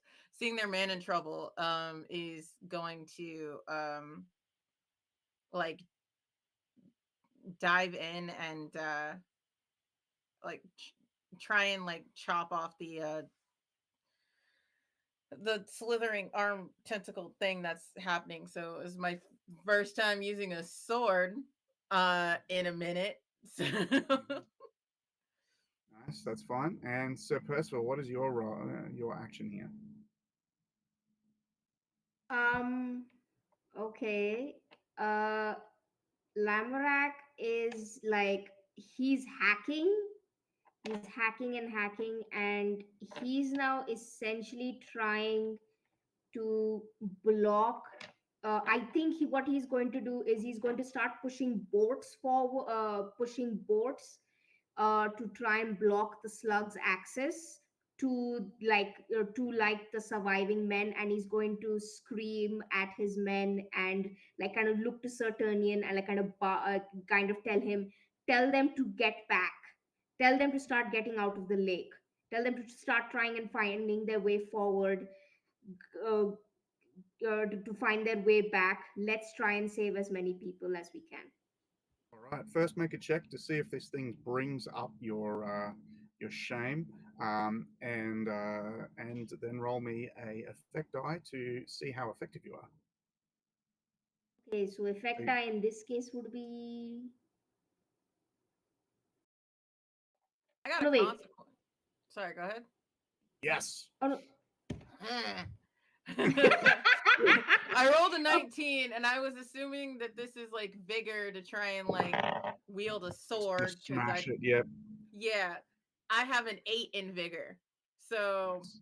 did not do well. You still have your effect dice though. You're still doing stuff, so don't forget your effect Okay. die. I was just letting you I know I got got a a nine. consequence. Hey. I got a 9 on my D20, and now rolling my effect dice. What attribute is that? Uh, okay, so in this case, it's okay. So in this case, it would it be prowess or endurance in Yeah, this probably case? prowess. You don't roll Hmm. against endurance, so it's probably prowess. Yep. Yeah, prowess. You lose your endurance. So first up, the that the troll of the shameful troll brings forth the shame in your mind, Saturnian. Let's see how bad it is. Okay, so here's my D10. As this thing is fell off. I got a 5. Your endurance goes down by 5. As this now, this does not overwhelm you yet because your endurance is not 0. But what is it? This shameful thing that you did that you will never tell anyone, that you have pushed to the back of your own mind. So the most shameful thing I think Sir, what could happen to Sir Tyrion is during the trial where he won the bow and all the things where his insecurity truly sprouts Cheated. from. He freaking cheated. Oh my god, I love He it. absolutely Oh. cheated. He got Quinn drunk the night before, so he was extremely hungover, and he like fed Sever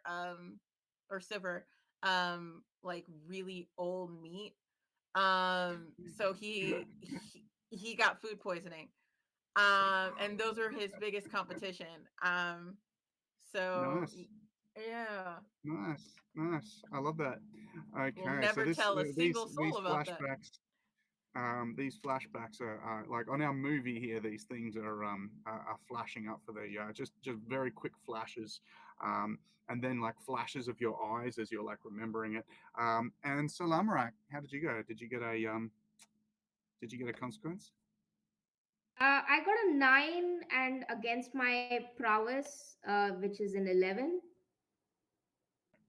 Okay, no consequence for you. It does not bring forth your shame. So the That's locked and effect away. die, please. Effect die, and then describe how it goes. So effect die, you got another 4, so Okay. that brings it down to a 7 and a. What was your effect die, Lamarak? Oh, okay. 5. 5. Okay. The two of you, you've brought it down to a 3. So there's only 3 left. Please describe what happens on screen. I know. Well, like Sir um Lamorak is like blocking and pushing and all that stuff. I'm sitting here fumbling, like I shoulder my bow and I'm like fumbling to get a sword. I haven't held a sword in a good long minute because I haven't had to. And so I wield it and then I'm like trying to chop off this tentacle, but as I'm like going to like raise it, I get hit with the shame of everything, and like the young person in front of me turns into Quinn and Sever, like writhing in pain, one like drunkenly hungover, the other one is extreme, like is just Vomiting. extremely sick from both ends, and I'm like uh uh so I hesitate while I'm trying to chop this thing, but I eventually Okay. move past it and chop it. Nice. And Sir Lamarak, please describe what happens on screen. Um, Sir Lamrak is in his full berserker mode right now, and he just goes to town. All that shame, all that guilt, and all that like grief that he feels at having at losing these people, and even for this monster who was once a person, who once was family. He straight up is like, I will mourn you when the time comes. Now is the time. Now is the time to kill. Now is the time to die. So he, like, with a massive one hand flourish, lops off. It is a long and bloody process, but Sir Lamrak, despite the fact he's sweating, does not actually look tired. He just looks like he has so much anger and so much adrenaline to sort of burn off, and he straight up like start. He could go for the head, but he's hacking the slug's body up piece by piece as torturously as possible. Nice. Okay, so you see this thing like gasping in pain, and it can't even seem to help itself. It's like reaching out while simultaneously trying to bring itself back to the river. The expression on your cousin's face, it's not even there anymore. This thing barely looks human, but just for a moment, Sir Lamorak, you see its eyes, and in its eyes you have a flash, and you see your cousin, your father, and your mother getting off with all of their men, looking at the tower, and they're holding the hand of a young girl, perhaps 7 or 8 years old, and she has a patch on one shoulder, that of Bycourt the Betrayer. And your father sort of brings the girl onto the boat. All right, probably the last turn. Um, the the probably the last turn. So, what is your action this turn? What am I fighting against? The thing is still alive. It's sort of half withdrawing, but at the same time, it's like I its meant arms are like coming out. Oh, I in meant your what consequence? the shame that will come out. So the I'm just going to say that Sir Lamorak has looked back just like for like a fraction of a second to see Saturnian kind of like he's using his sword, which is very strange to him right now. He's like, and he kind of looks at him and is like, "Your bow, man, your bow. I you are her champion. I need him right now." um, okay. So why don't you tell me what is the shame that the shameful troll will bring up in you? But this time it's not the thing that you hide from yourself. But this is the one that makes you literally sick to feel it. That when you think of it, that bile rises up in your throat. That shame. This time, when you didn't do something. Last time's when you did do something, but this is a time when you didn't. What was it? That consequence will come up shortly if you roll a consequence. Okay. So, what's Uh, your action? my action. I'm going to pull. Like, I've chopped the thing, so now I'm pulling the young man to his feet and pushing him to the boats to get Mhm, the heck up out of there, so we mhm. can move on with this mission. Excellent. And Salamarak. Vigor. I suck at vigor. Okay. Consequence? Oh, sorry. Oh, sorry. I'm supposed. Okay, I need to roll my d20. Give me a second. Oh, wait, tell me what your action is. Oh, okay. So Lamorak is now he's going to kind of trying to be pinning the slug in. Mhm. He's going to be trying to pin him into a corner as far away from his men who are retreating, and he's going to be trying to pin the slug into one position, into like a corner, so he can just so the slug is trapped, like he's kind of circling him like a boxer, trying like putting him on the ropes so he can finally lop the guy's head off. All right, roll me that consequence and the effect die. E. Just a consequence. I'm pretty sure you guys would be right. So, Uh, okay, so that was on a D20, right? yep, Mm, Yeah. that's the check. Yep. I got an 8. Well, you succeed. No consequence for you, Salamrak. I got a 2. No Oh, no consequence for consequence. me. Okay. At this, um, you work together and chop this thing to pieces. And the very last thing that and it looks in your eyes, and one of its long hands, like still dripping with slug slime, touches your hand, touches your face just for a moment, Sir Lamorak, and you see it just recognizes you for just a moment, um, and you see your cousin. You are seeing through his eyes, and you see him at the bottom of the tower on the rocks just near the outside, and he's holding the body of a crumpled girl who has been thrown on the rocks, and you feel him crying and the shame within him, and there is an image that has been carved into the trunk of the willow tree, and you see it begin to move. And a figure step out of it, and then the waves take you, and then all you know is shame. And then we're going to take a break. Okay.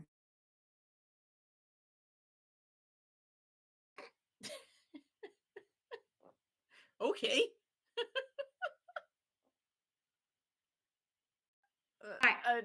Jesus, shame troll. Good to know. Okay. Yeah. The frick. Okay. I was also like I was writing out all of these different shame things that were just popping up for me. So I'm really glad that last consequence didn't happen because I didn't want to share that one with the class. That's so I'm fun fine because with cheating. That's fine. I am not thinking of Salamrak. I am very glad that those roles worked out. Here we go, guys. Because So if we just take a break for a second, we should be good. Yeah. Oh, are we still on the Right. air?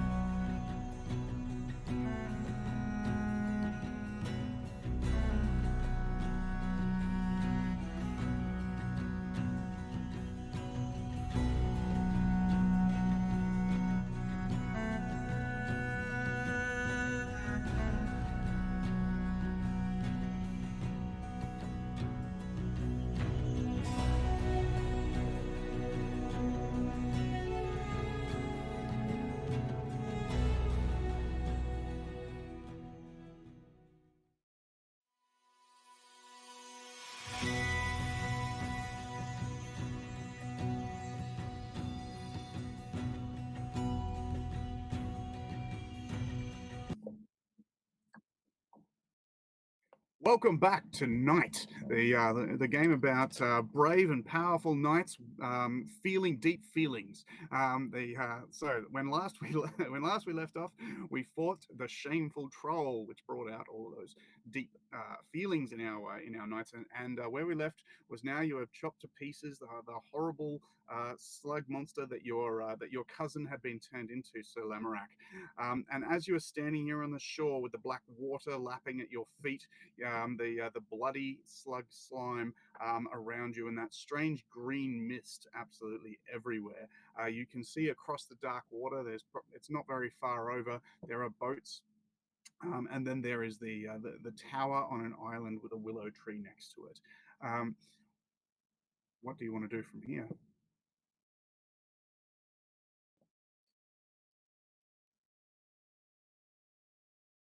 Hmm. You want to speak to each other, or you want to maybe get on the boats? It's your. I guess that's the options, but feel free to tell me other stuff. Sir Tiernan is going to forget all of that just happened and get on the boat. You looking at anyone, Sir Tiernan? I'm making sure like my men are okay. Especially the one that got wrapped up. It's just like it's the literal like you got two hands, you're walking just fine, go, and we're moving on. Are you going to take your men onto the island? Yeah.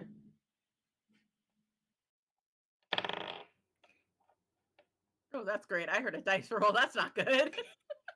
No, that Not me. Wasn't me. I think you're muted, I Percival. was playing with my dice. Sorry about that. Oh, I didn't okay, realize I cool. was That just didn't unmuted. give me anxiety. That's All right. fine. I'm we're so good. We're good. We're sorry. good. I apologize. I It was apologize. I'm like, so oh, you're sorry. bringing your men. Dice roll. It's a very D&D thing, isn't it? Excellent. Yeah, good lord. On the boats, you guys get over. Setian, and you pick this up easily. There is the island is a big sort of stone thing, and for the most part, it is just like angled cliffs around the island. But you see that there is worked stairs. There is a small dock where the stairs start at, and then you can walk up to the area with the tower as well. But Setian, and you pick up something else as you're going along. Even here, in that as it's getting towards late evening, the sun is really starting to go down, and things are getting darker. The water underneath you is dark, it is cold, it is misty, but you hear more than anything else sort of a double lapping, a double splash. And you look to the side of the island, and you pick up that there is just a small cave that the water level has sort of risen up to, and you may be able to get through it. As you are going through, though, scuttling over the front and around the tower, you see another hideous creature. This one stretched, long. It is a nude female, stretched, haggard, and thin, with long, oversized hands covered with claws, and a face with rotting black teeth. It scuttles sideways, climbing on the tower, takes one of the bricks from the front, uh, screams in this harsh, ululating cry, and it's as it's and it says, "You will not kill my family!" and throws this massive flagstone at the front of the boats. Roll me a luck check That's to a see whether it's you. that's just a D6, right? D6, one is bad. Oh, okay. That's fine. Other numbers are other ships. What's a 4? Yeah, no, not you. So Lamorak, roll Oh, one. Oh boy. Okay. 3.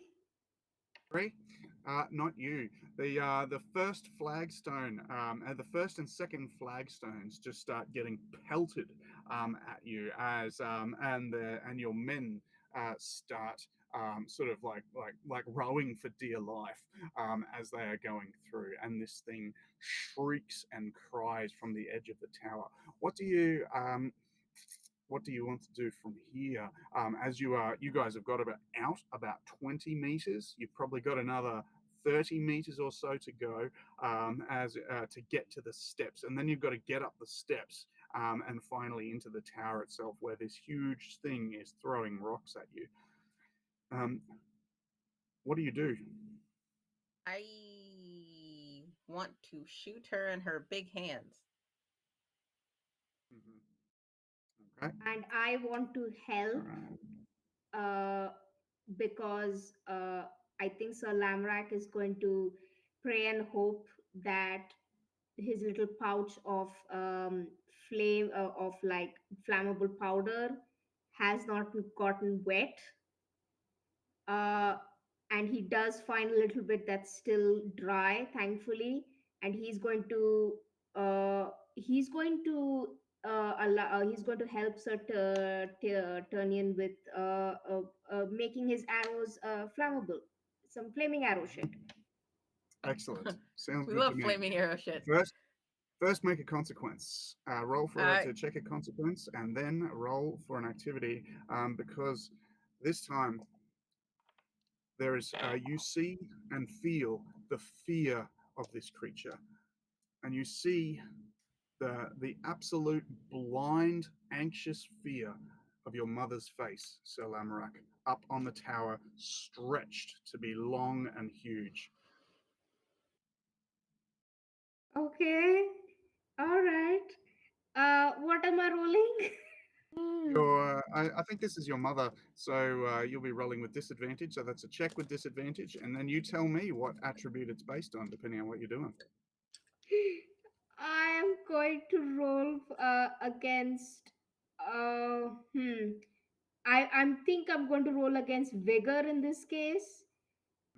Because like even though his brain logically knows that this is not his mother, uh, his his body is going to is going to be hesitant, and he's going to he's losing the will and sort of the energy to like attack. Hmm. um, I get a consequence. Love consequences. Um, Uh, Oh, your endurance is reset to 8 between scenes. This is the difference. fantastic. I love that. I I You got um I rolled a 12 and an 18. Mhm. Beautiful. You take the worst of those. So that's both consequences. I love it. All yay! right. So this But is the my fearful Yay! troll. Mhm. but my This. effect die. How did you go Effect with your die, effect effect die? die. I have to roll my effect die. Thank you. Okay, I so don't have I'm gonna. disadvantage on effect die. No. Thank God. Just Okay, so it's nighttime. I'm using my bow, and I've got help from a flaming arrow. So I'm gonna roll a d12. Does that love sound it. good? Okay. Yep. Ha! Uh, Got a 10. Nice. Half done. And Salamarak, how'd um. you go? Oh, you go the effect. I got a 1. Hey, Okay. those That's okay. that fire burns, dude. That fire burns. Every little bit helps. Let's see. I'm going to roll to see what level of fear is going to affect you. So this is the one that's going to roll separately. This is the one that hits Salamarak. That's a 9 worth of fear. So it reduces your endurance to 0. You're going to tell me what that is and how it affects you in a minute. And this is the one on Saturnian. That's a 3. So The exact okay. opposite of my other thing. So um, Salamarak, fear. What is it that gets forced to the front of your mind? The thing that you are so terrified of that you would never even want to think of it. I think what the most basic fear that pushes forward to Sir Lamorak is this one vision. You know, you kind of imagined like, you know, very Green Knight sense of him, this successful, rich lord sitting alone in a hall, He seems to have almost like melded with his chair, with the high chair of honor. He looks sunken. His eyes are sunken. His face, cheeks, they look dull. He barely smiles, and as essentially more and more scrolls uh, just keep getting placed in front of him. They He is blocked by them everywhere he looks. There's just more and more paperwork. Essentially, there's more and more people who surround him, who force him to just keep sitting there, to just grow lazy, to his limbs are rotting away. He doesn't get to move anymore. He is the lord of these lands. He will sit there. He is a Velandir. He will sit there forever at the service of I everyone love it. else. Serturnian, you see Salamarak put down his weapon and just sit in the boat. Salamarak, roll me a d6 to see how bad this is as this fear overwhelms your mind. Remember that one on this can kill. I got a 4. There you So, go. how bad is this? So this is usually a trait. So you add something to your character sheet. Although a 4 is not too bad. So where and a 6 is like it's bad, but it's I'll get up next turn, something like that. So 4 is not too bad. What happens to your character? A permanent scar of some sort that to reflect this situation. um I think that the green mist, wisps of it that are on the lake, as he sits down, the sort of moss on the walls, the wet that has grown because of the wetness, or it's in the middle of a lake, that moss kind of, it travels into his arm, and it becomes one with his skin, like it becomes one with the skin on his arm. Please, And please write a note on your character, the Green Knight. yes, I'm so happy at this. I love this so much. The Dark Knight, the Green Knight, and the Sunshine Knight ride into a bar. And Setyanen, Dave what Patel, fear? this is for you.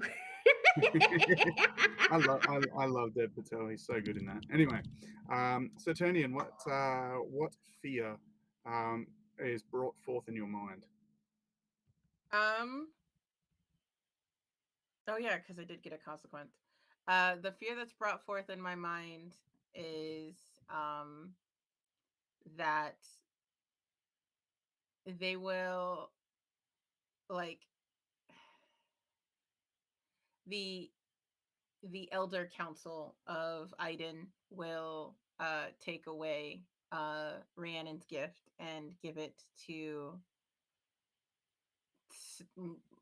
doesn't even matter who. They will take away my gift, my status. I will no longer be a knight. I will go back to being nothing.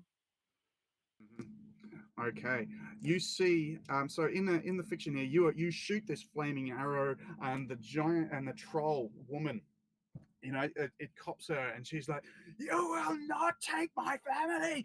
And as your arrow pierces through, but even as you do so, you see like the green mists like forming over Sir Lamarak, and like that moss like eating up his skin, and he just sits down in the boat, passive, like shaking in terror. And this turn, only you can act. But if someone is reduced to 0, you can, by using your action to do so, get them back up again. That is entirely possible. We just haven't seen that in this game yet. I take note of that for next time because we have a constant threat. Like she's still hucking rocks at us. So Lamrak, love you, buddy. But I'm going to shoot the lady again. All right. um, yeah. and then I'll take care of Lamorak. All right, give us Priorities your is not to die. consequence.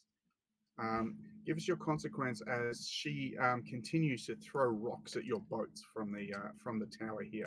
I'm going to say, Sir Lamorak, your squire starts shaking you, saying, Sir Lamorak, and like slapping you. Wake up! All right, how'd you go with your consequence and your effect die? No consequence. Okay. But since I no longer have access to flaming arrows, because I'm pretty sure Lamorak was the one lighting them for me, I'm going to roll a d10 because it's still nighttime and I'm still using Rhiannon's gift. And I got 5 points. 5. It's almost done. You see the troll like fall down to the bottom and on all fours begin scuttling forward down the hill towards you, like tossing rocks as it goes. So Lamrak, you come back to yourself as your squire is there. You have 8 endurance again, and your squire is slapping you, trying to bring you back to the present. You are here again, and everything you see has this sort of green patina around it. Everything you are looking at and watching here, and you feel that fear inside you. Now, you are nonetheless you are. What are your actions this turn? Um, I think that he's first going to tell Duke to get moving, get behind, and he's not he doesn't feel quite strong enough to start attacking on his own, but he's going to be helping Saturnian with the arrows again, Okay. with the You flaming start arrows. organizing your your powders and things like that, and coating the arrow tips. So Turnian, what's your action? Yeah, I'm gonna loose an arrow as she's coming down the pike, and I'm like, I get like a nice, like when things are running at me, I get a really good shot of their face. So I'm going to, That's Sir Lamorak's mother. You've met her before. mm-hmm, now she's a monster trying to kill me. Hmm. So must shoot her in the face. I shot Sir Lamorak in the face. It's a very weird deja vu for me right now. All right. Make your rolls, please.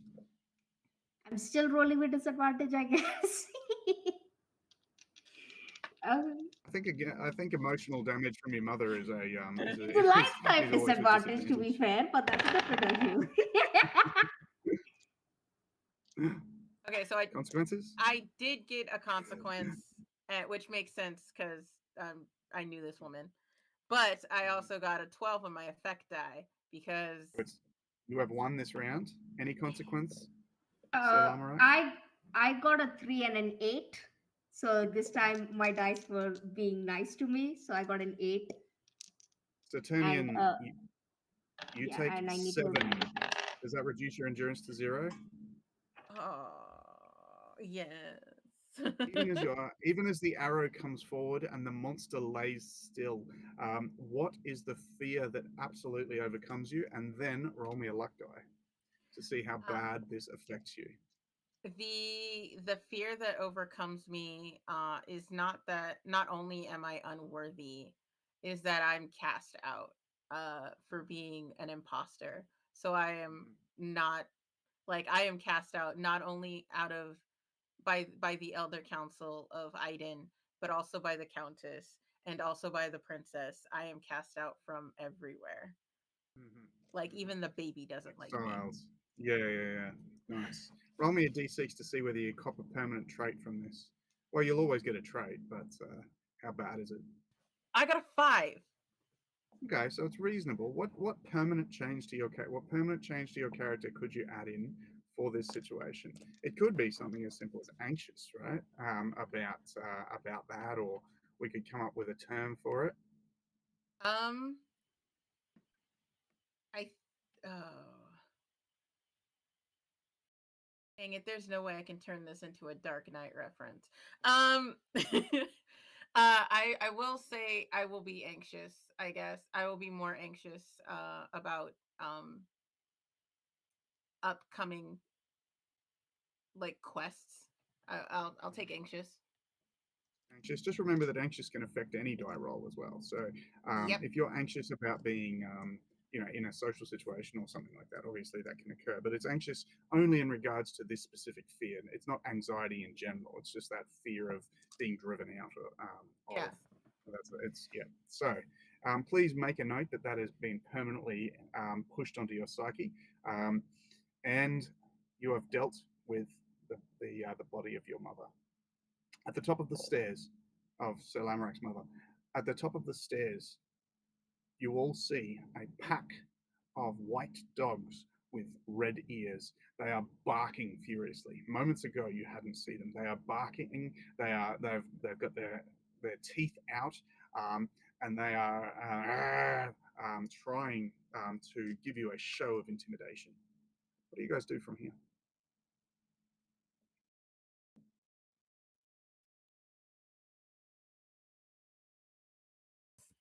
Mm, Sir Lamorak, what you want to do? Mm, I think that Sir Lamrak is very shaken, but he's on his feet and he's going to finish this one way or the other. So what he's going to do is he's going to sort of call out. What was the name of the god? Aron. Aron. He's going. Arawn. Okay. Aron. He's going to say, "Show yourself, Aron. Face me. I am a mortal who has come to rest, who has come to do what is right." The dogs back away.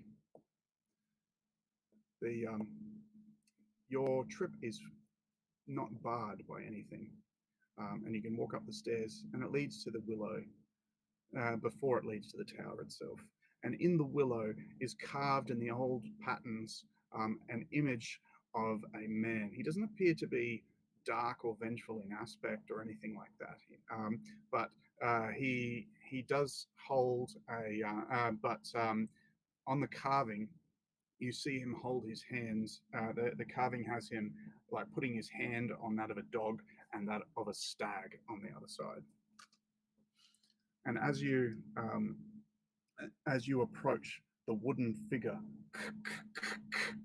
steps out of the tree. And as it does so, it forms into the shape of a man. The dog and stag also walk out of the tree beside it. It says, "Name thine selves, knights, who have come here to undo the righteous justice that I have placed upon these lands."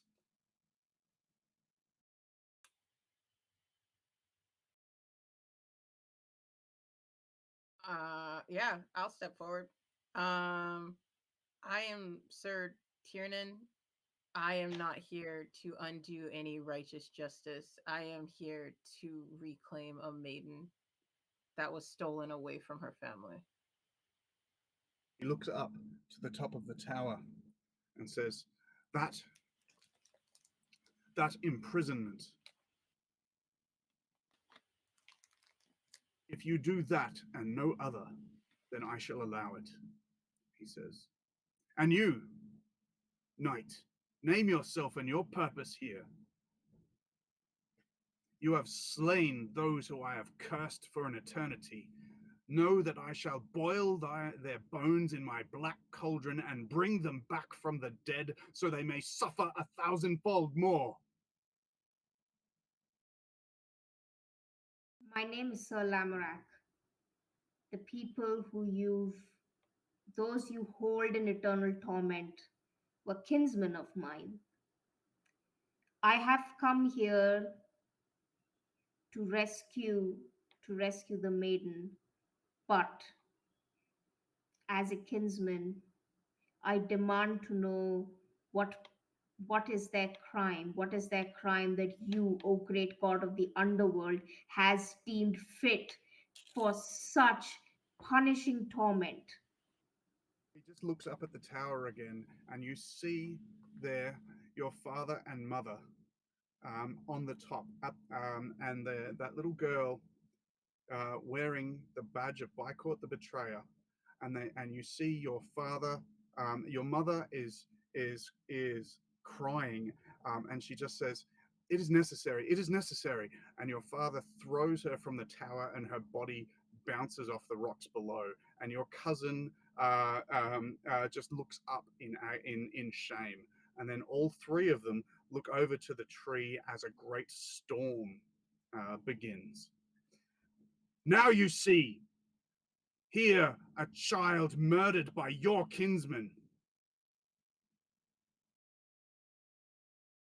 So Lamorak is silent and crying, like he's he's just he's seeing that vision over and over again in his head. He's seeing that it's replaying like the like the worst cut scene in a video game. Like it's just like fucking repeating, and he just looks at him, and he after a while speaks up and says,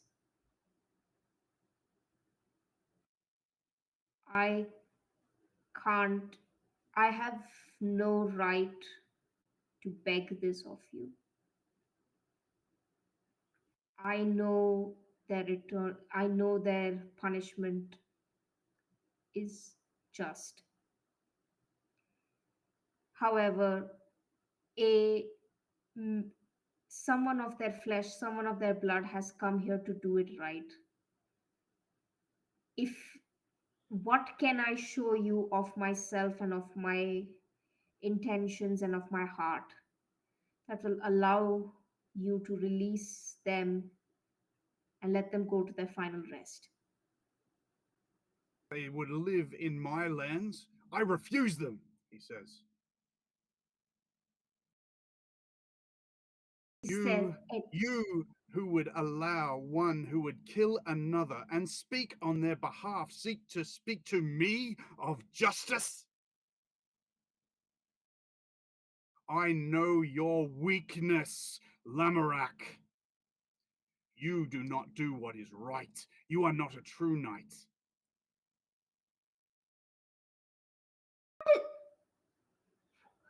is justice only for those who've made no mistakes? Who are is justice only for the saints? Is mercy only for the pure and the blameless? Tell that to the bones of a young girl who is blameless. Then punish them in an appropriate way. How is eternal punishment satisfying? Who is it satisfying? That girl is dead. She is dead. Will this bring her back? Will this will this bring peace to her family? What Who does this eternal punishment serve? He looks to you for a moment and he says, "This girl, uncared for by her father, by Court the betrayer, I would say he barely knew her name. I am the only one who has cared for her. I give justice. I say that these who would kill an innocent deserve a fate far worse.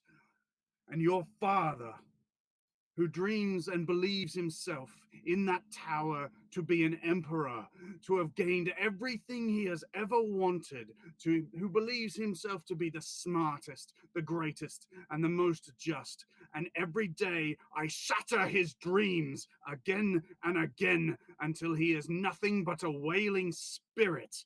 Only then, perhaps, unless you would pronounce a better form of justice, I know of none."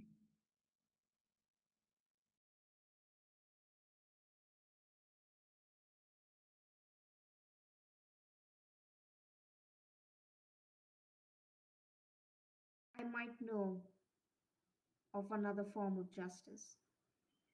And I don't consider this mercy. He does My father deserves none. I know that now. However, there might every one of us in our deaths we face judgment, shattering the ego of a man who believes himself to be above everyone else is satisfying, yes, but it does not give justice to those who he has harmed. You are all powerful. You are the one giving, you are the one meting out justice, not the one he has harmed, not the people he deems to be above, he deems to be above. Let them pronounce justice, not me. I loved my father. I would not deign to be, I would not include myself in this decision. Let those who deserve justice, who deserve restitution, those who have been directly harmed, let them decide his fate. If it's eternity of torment, Raises his hand. so be it. He raises his hand, and through the tree, you see, and beyond is a beautiful forest filled with foxgloves, and behind that is a little girl. She's wearing a pretty dress, um, and she is a shadow. He says, "Would you ask this girl?" Sir Lamrak kind of steps a little forward and he kind of calls out, uh, does he know her name? Yes. So her name was. Here we go.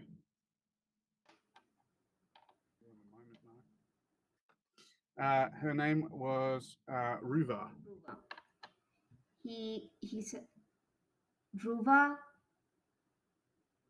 uh, She curtsies and she says, "Sir Knight, I know thee not." uh, my name is Lamorak. You don't need to call me Sir Knight. I'm just Lamorak. She says, "I have passed to the other world. I know this, and King Aron has allowed me passage here into his castle, and I live here with my friends. Why do you wish to speak with me?" I I wanted to apologize. I wanted to apologize for you not getting to live a life that you deserved.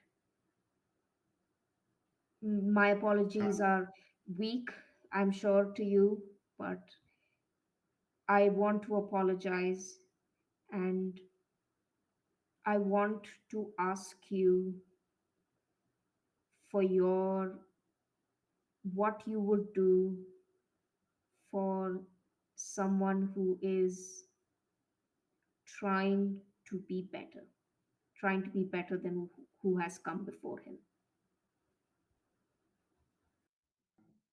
she looks at you and she says, "Well, if someone is trying to be better, shouldn't we let them have a chance to be better?" I hope so.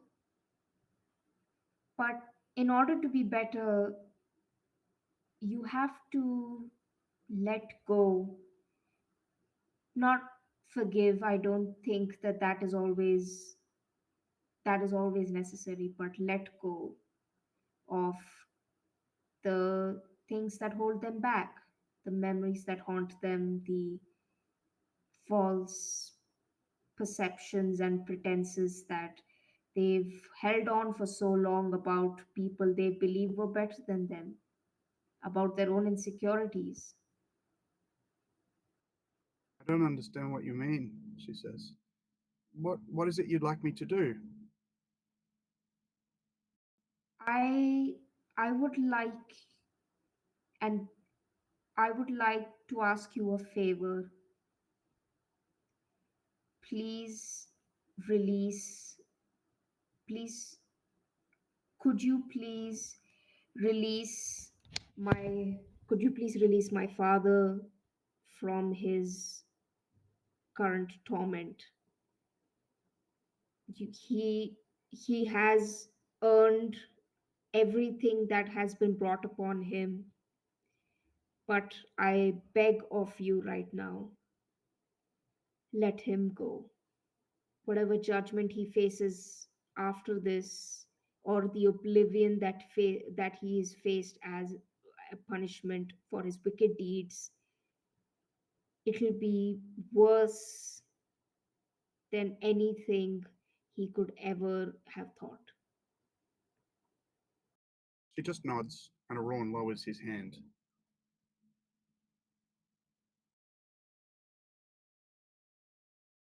If she forgives this injustice, then what right do I have to be its prosecutor?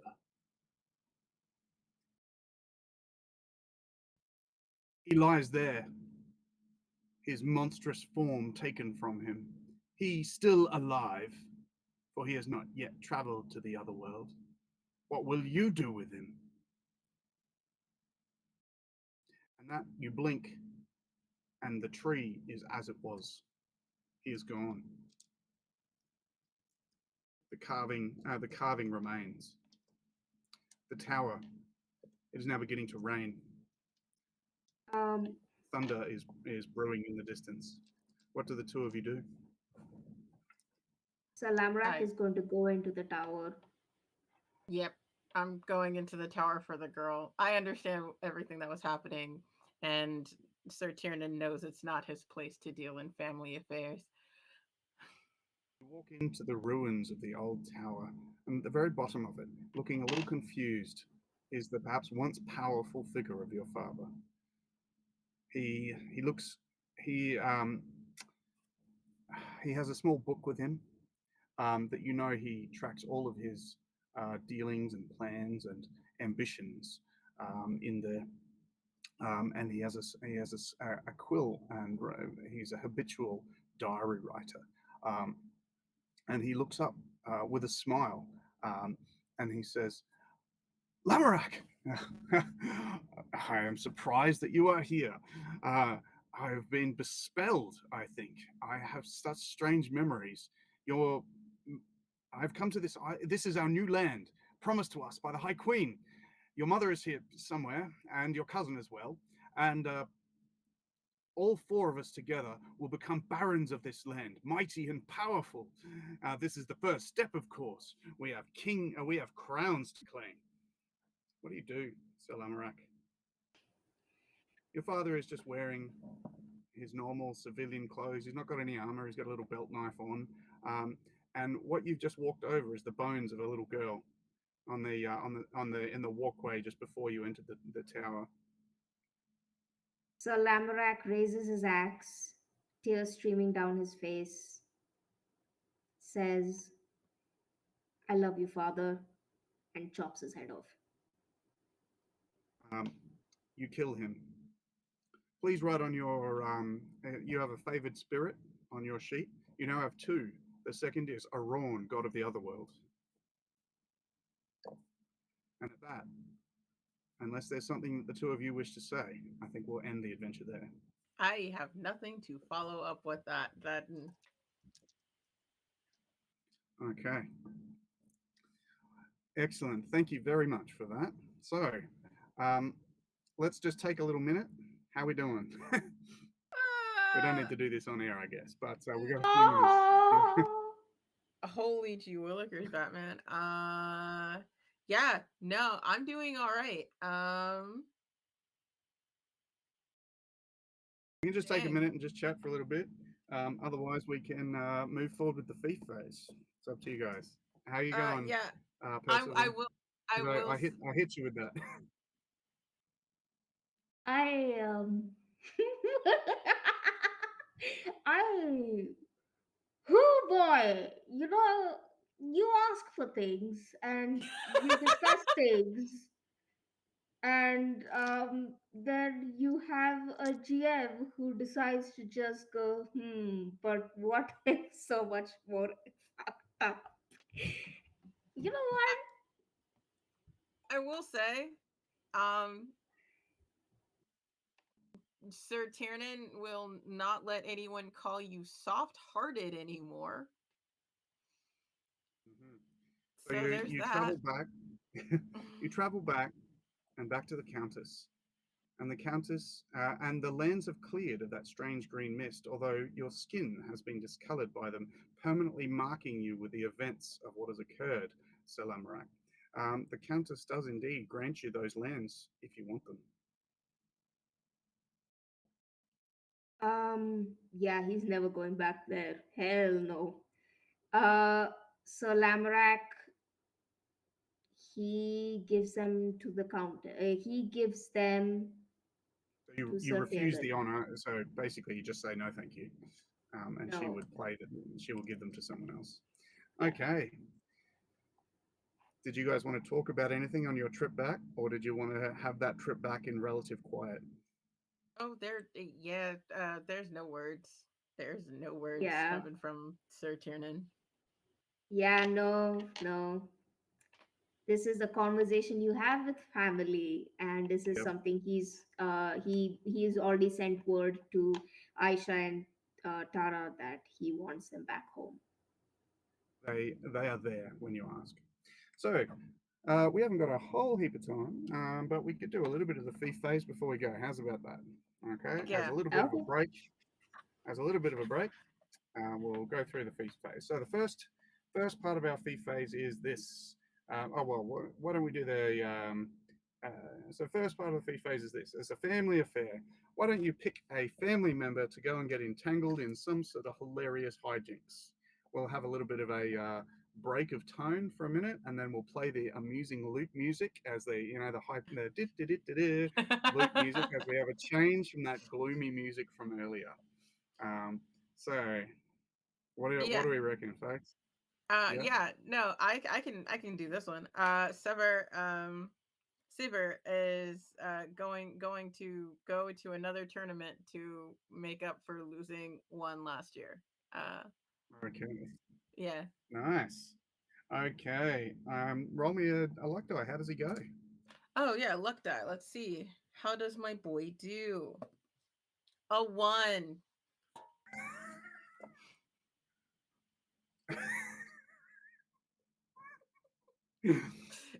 What happens? So he likes he's been successful as a sword fighter. That's how he's won tournaments. He is now, like, last year he started getting into jousting and got second place, and he's like, all right, if I get a little better, maybe I'll, like, win. um he did not get better. He actually somehow progressively got worse and worse, as he was jousting. Like, Like this is easy. You just do the yeah, thing. It's right. it's Oh just a oh giant hey, here's stick. all the So people. as he's like holding onto the stick, it's like he's riding, he drops it and he gets knocked off his horse. Um Oh, he loses his horse and armor. I he you know what? It's a 1. Yes, yes he does. Yeah. Now, who does he lose his horse and armor You know to? what? We could make a new character, or we could add a or we could use one of the other NPCs I in the think world. it's going to be Amarant, just to rub salt in the wound. Um yeah, he doesn't even place in this tournament, and Amarant's like, dude, what happened? Yeah. So, how does Sir Siva go? Siva's a bit of a grumpy type, isn't he? Oh yeah. Seaver the whatever I called him, the reckless. Yep. Yeah. After his just utter embarrassment at this, um he comes back home, um kind of just, oh, he's the heir. Oh, I forgot. I got their order mixed up. He's the heir. That's even better. Yeah, he comes back home and just gets like, he gets he can feel his status waning, among everyone in Iden. Um Hmm. Yep. which, Yeah, just normal fighting men are just like shouldering past him, and he's got to get like take the hit. Yeah, because we are a fighting culture. If you can't maintain yourself, then what are you doing here, bro? Um, Yep, so yep, yeah, yep. beautiful. Oh, I forgot to say, you rescued the lady what was her name? Elka. You rescued Sir Amron's sister, who was literally standing next to your father as you took his head off, I should say. She is shocked. And you find out that there was some, that Sir Bycourt had his wizard take her here through some magical method.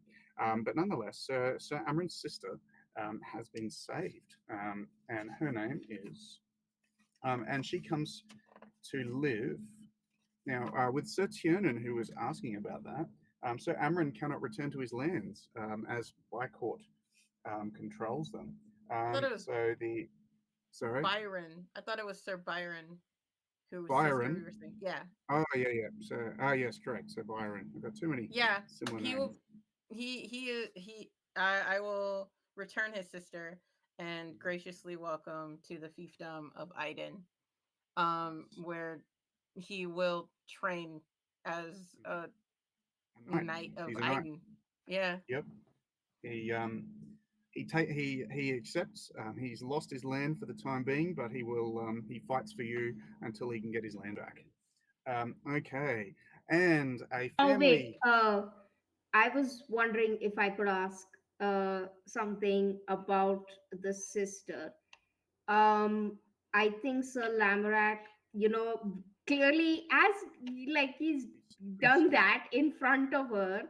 So first he apologizes in this a little bit of a dazed state, but later on Lady he Leona does. is the name. Yeah. Uh, Leona, okay. Hmm. So he Lady asks Leona. Yeah. Leon, yeah. So he asks Leona, um, if she wants to do something, like he asked her about her interests, and like if she wants to do something not like in like very fighting but more like creating or anything, she has a standing invitation in his lands to come over and Um, she'll take you up on that, and she appears in your chambers, Sir Lamorak, late one evening, um, and tells you how much she enjoys your presence. Do you continue on? uh he so Lamorak is has been shaken so much, and the first thing he vowed to himself was he's going to be more honest Mhm. in what he actually wants, and he wants a true partner who shares some of his interests, who he who he is with, not out of ambition but true connection, Mhm. and in a So you moment rebuff of her? no. No? Okay. In fact, no, actually, I want a clarification on this. Mhm. Is she here is she here in a sense of gratefulness? Does she why is she specifically in my chambers right now? Like, You. the She implications really there. is interested in you and likes you and wants to, and that's what she tells you about. You get the feeling that she's a landless lady who's desperate, who needs a land to swear to. And you get the feeling that she's potentially shopping around for the best possible husband she can find. She's also got the feeling, and so that's all that we got so far. Make a wit roll to see how bad you go. Okay. See how well you D6, read right? it. Well, Oh, no, D20. no, no, wait, D20, yeah. We're almost out of here. So yeah. I got a 4 Nice. Yeah, she is 100% against, yeah. shopping for a stable husband. She's willing to use her various assets to do it. Relatively speaking, she doesn't love you, but she does see you as kind of like a nerdy type who probably can't resist women. with perfectly great land. Salamrak.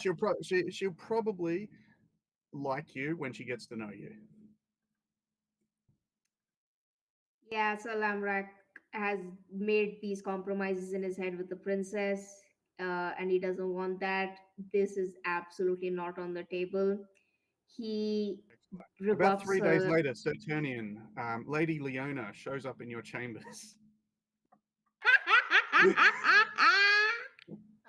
She's here Uh, obviously to visit her brother. She's okay. staying here at the moment, and she shows up late one night in your chambers and tells you how much you inspire her with your dark and brooding presence. Yeah, she sees me like in the middle of writing a letter to the princess, and like I allow her to read my dearest uh what's her name again? Anandri. Anandri. Didn't know how to pronounce it. My dearest Anandri. Um and like nothing else of the letter, and there's like a tiny little carving of another animal. Oh, like actually like a small tower.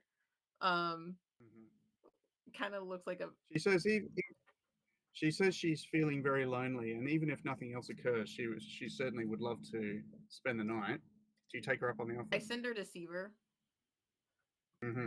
He takes her up on the offer. All right, so No, just no, get things. I send her to Seaver. Yeah. No, Seaver that's all needs right. it. I was just yep, yep. Okay, we're gonna have to finish up here because we've run out of time, folks. So, um, okay, we'll have to do your family affair and stuff next time. We'll check around, but let's just do our shout out. So, had a really great game with you guys. We went into some dark places today, so hopefully we're enjoying that. And we'll have a chat after the thing to see how we go. But let me do our shout outs for Nerds with Dice. So here we go. My name is Mark Barron. You can find me at, at Mark Barron1 on X. You can find me on Facebook at Armored Gaming, and you can buy my game Night on Drive Through RPG. If you just look up Night Second Edition, it should show up. Okay, Percival, do you want to tell people about yourself? Hi, I'm Percival or Abhilasha. You can find me on Twitter at Dr. _Vibon and on Blue Sky at Ombre Lesbian Night. Uh, I am also playing with Girls Run These Worlds. I'm playing a gothic tale in the in the Curse of Rookwood game, where I play the sort of uh, control freak de facto head of the family, cousin with a little bit too much iron in her blood. Let's put it like that. Nice, nice. And Casper, tell us about yourself. Lucio, I am Casper the MB Ghost. I have been playing Sir Tiernan this evening, who I am so desperately trying to make a mixture of the Dark Knight and the Moon Knight. It'll happen. Just wait for it. On Tuesdays and Thursdays, I am on Tabletop Titties, where we play D&D and Urban Shadows. Um, and yeah, Fridays I'm here, and every other Wednesday I'm on Neon Lights Roleplay. You can follow me everywhere at Casper DNB Ghost. That is Casper DANB Ghost, except for Twitter, where I'm Casper DNB Ghost, because I'm creative. Anyway, that's me. Awesome. So we'll just do our shout outs at the end here. So Tuesday, 8 p.m. Eastern Time, catch the finale of Monster of the Week, the house that M built. Check out YouTube for more adventures from Nerds with Dice. If you have a story you want to tell or a game that you wish to showcase, our Creators app is always open and can be found on Twitter and Blue Sky, or ask for the link in our Discord. Alrighty, so that's about it. Thank you very much for anyone who's come along, and guys, I've had a great time playing with you. See you later. Mado.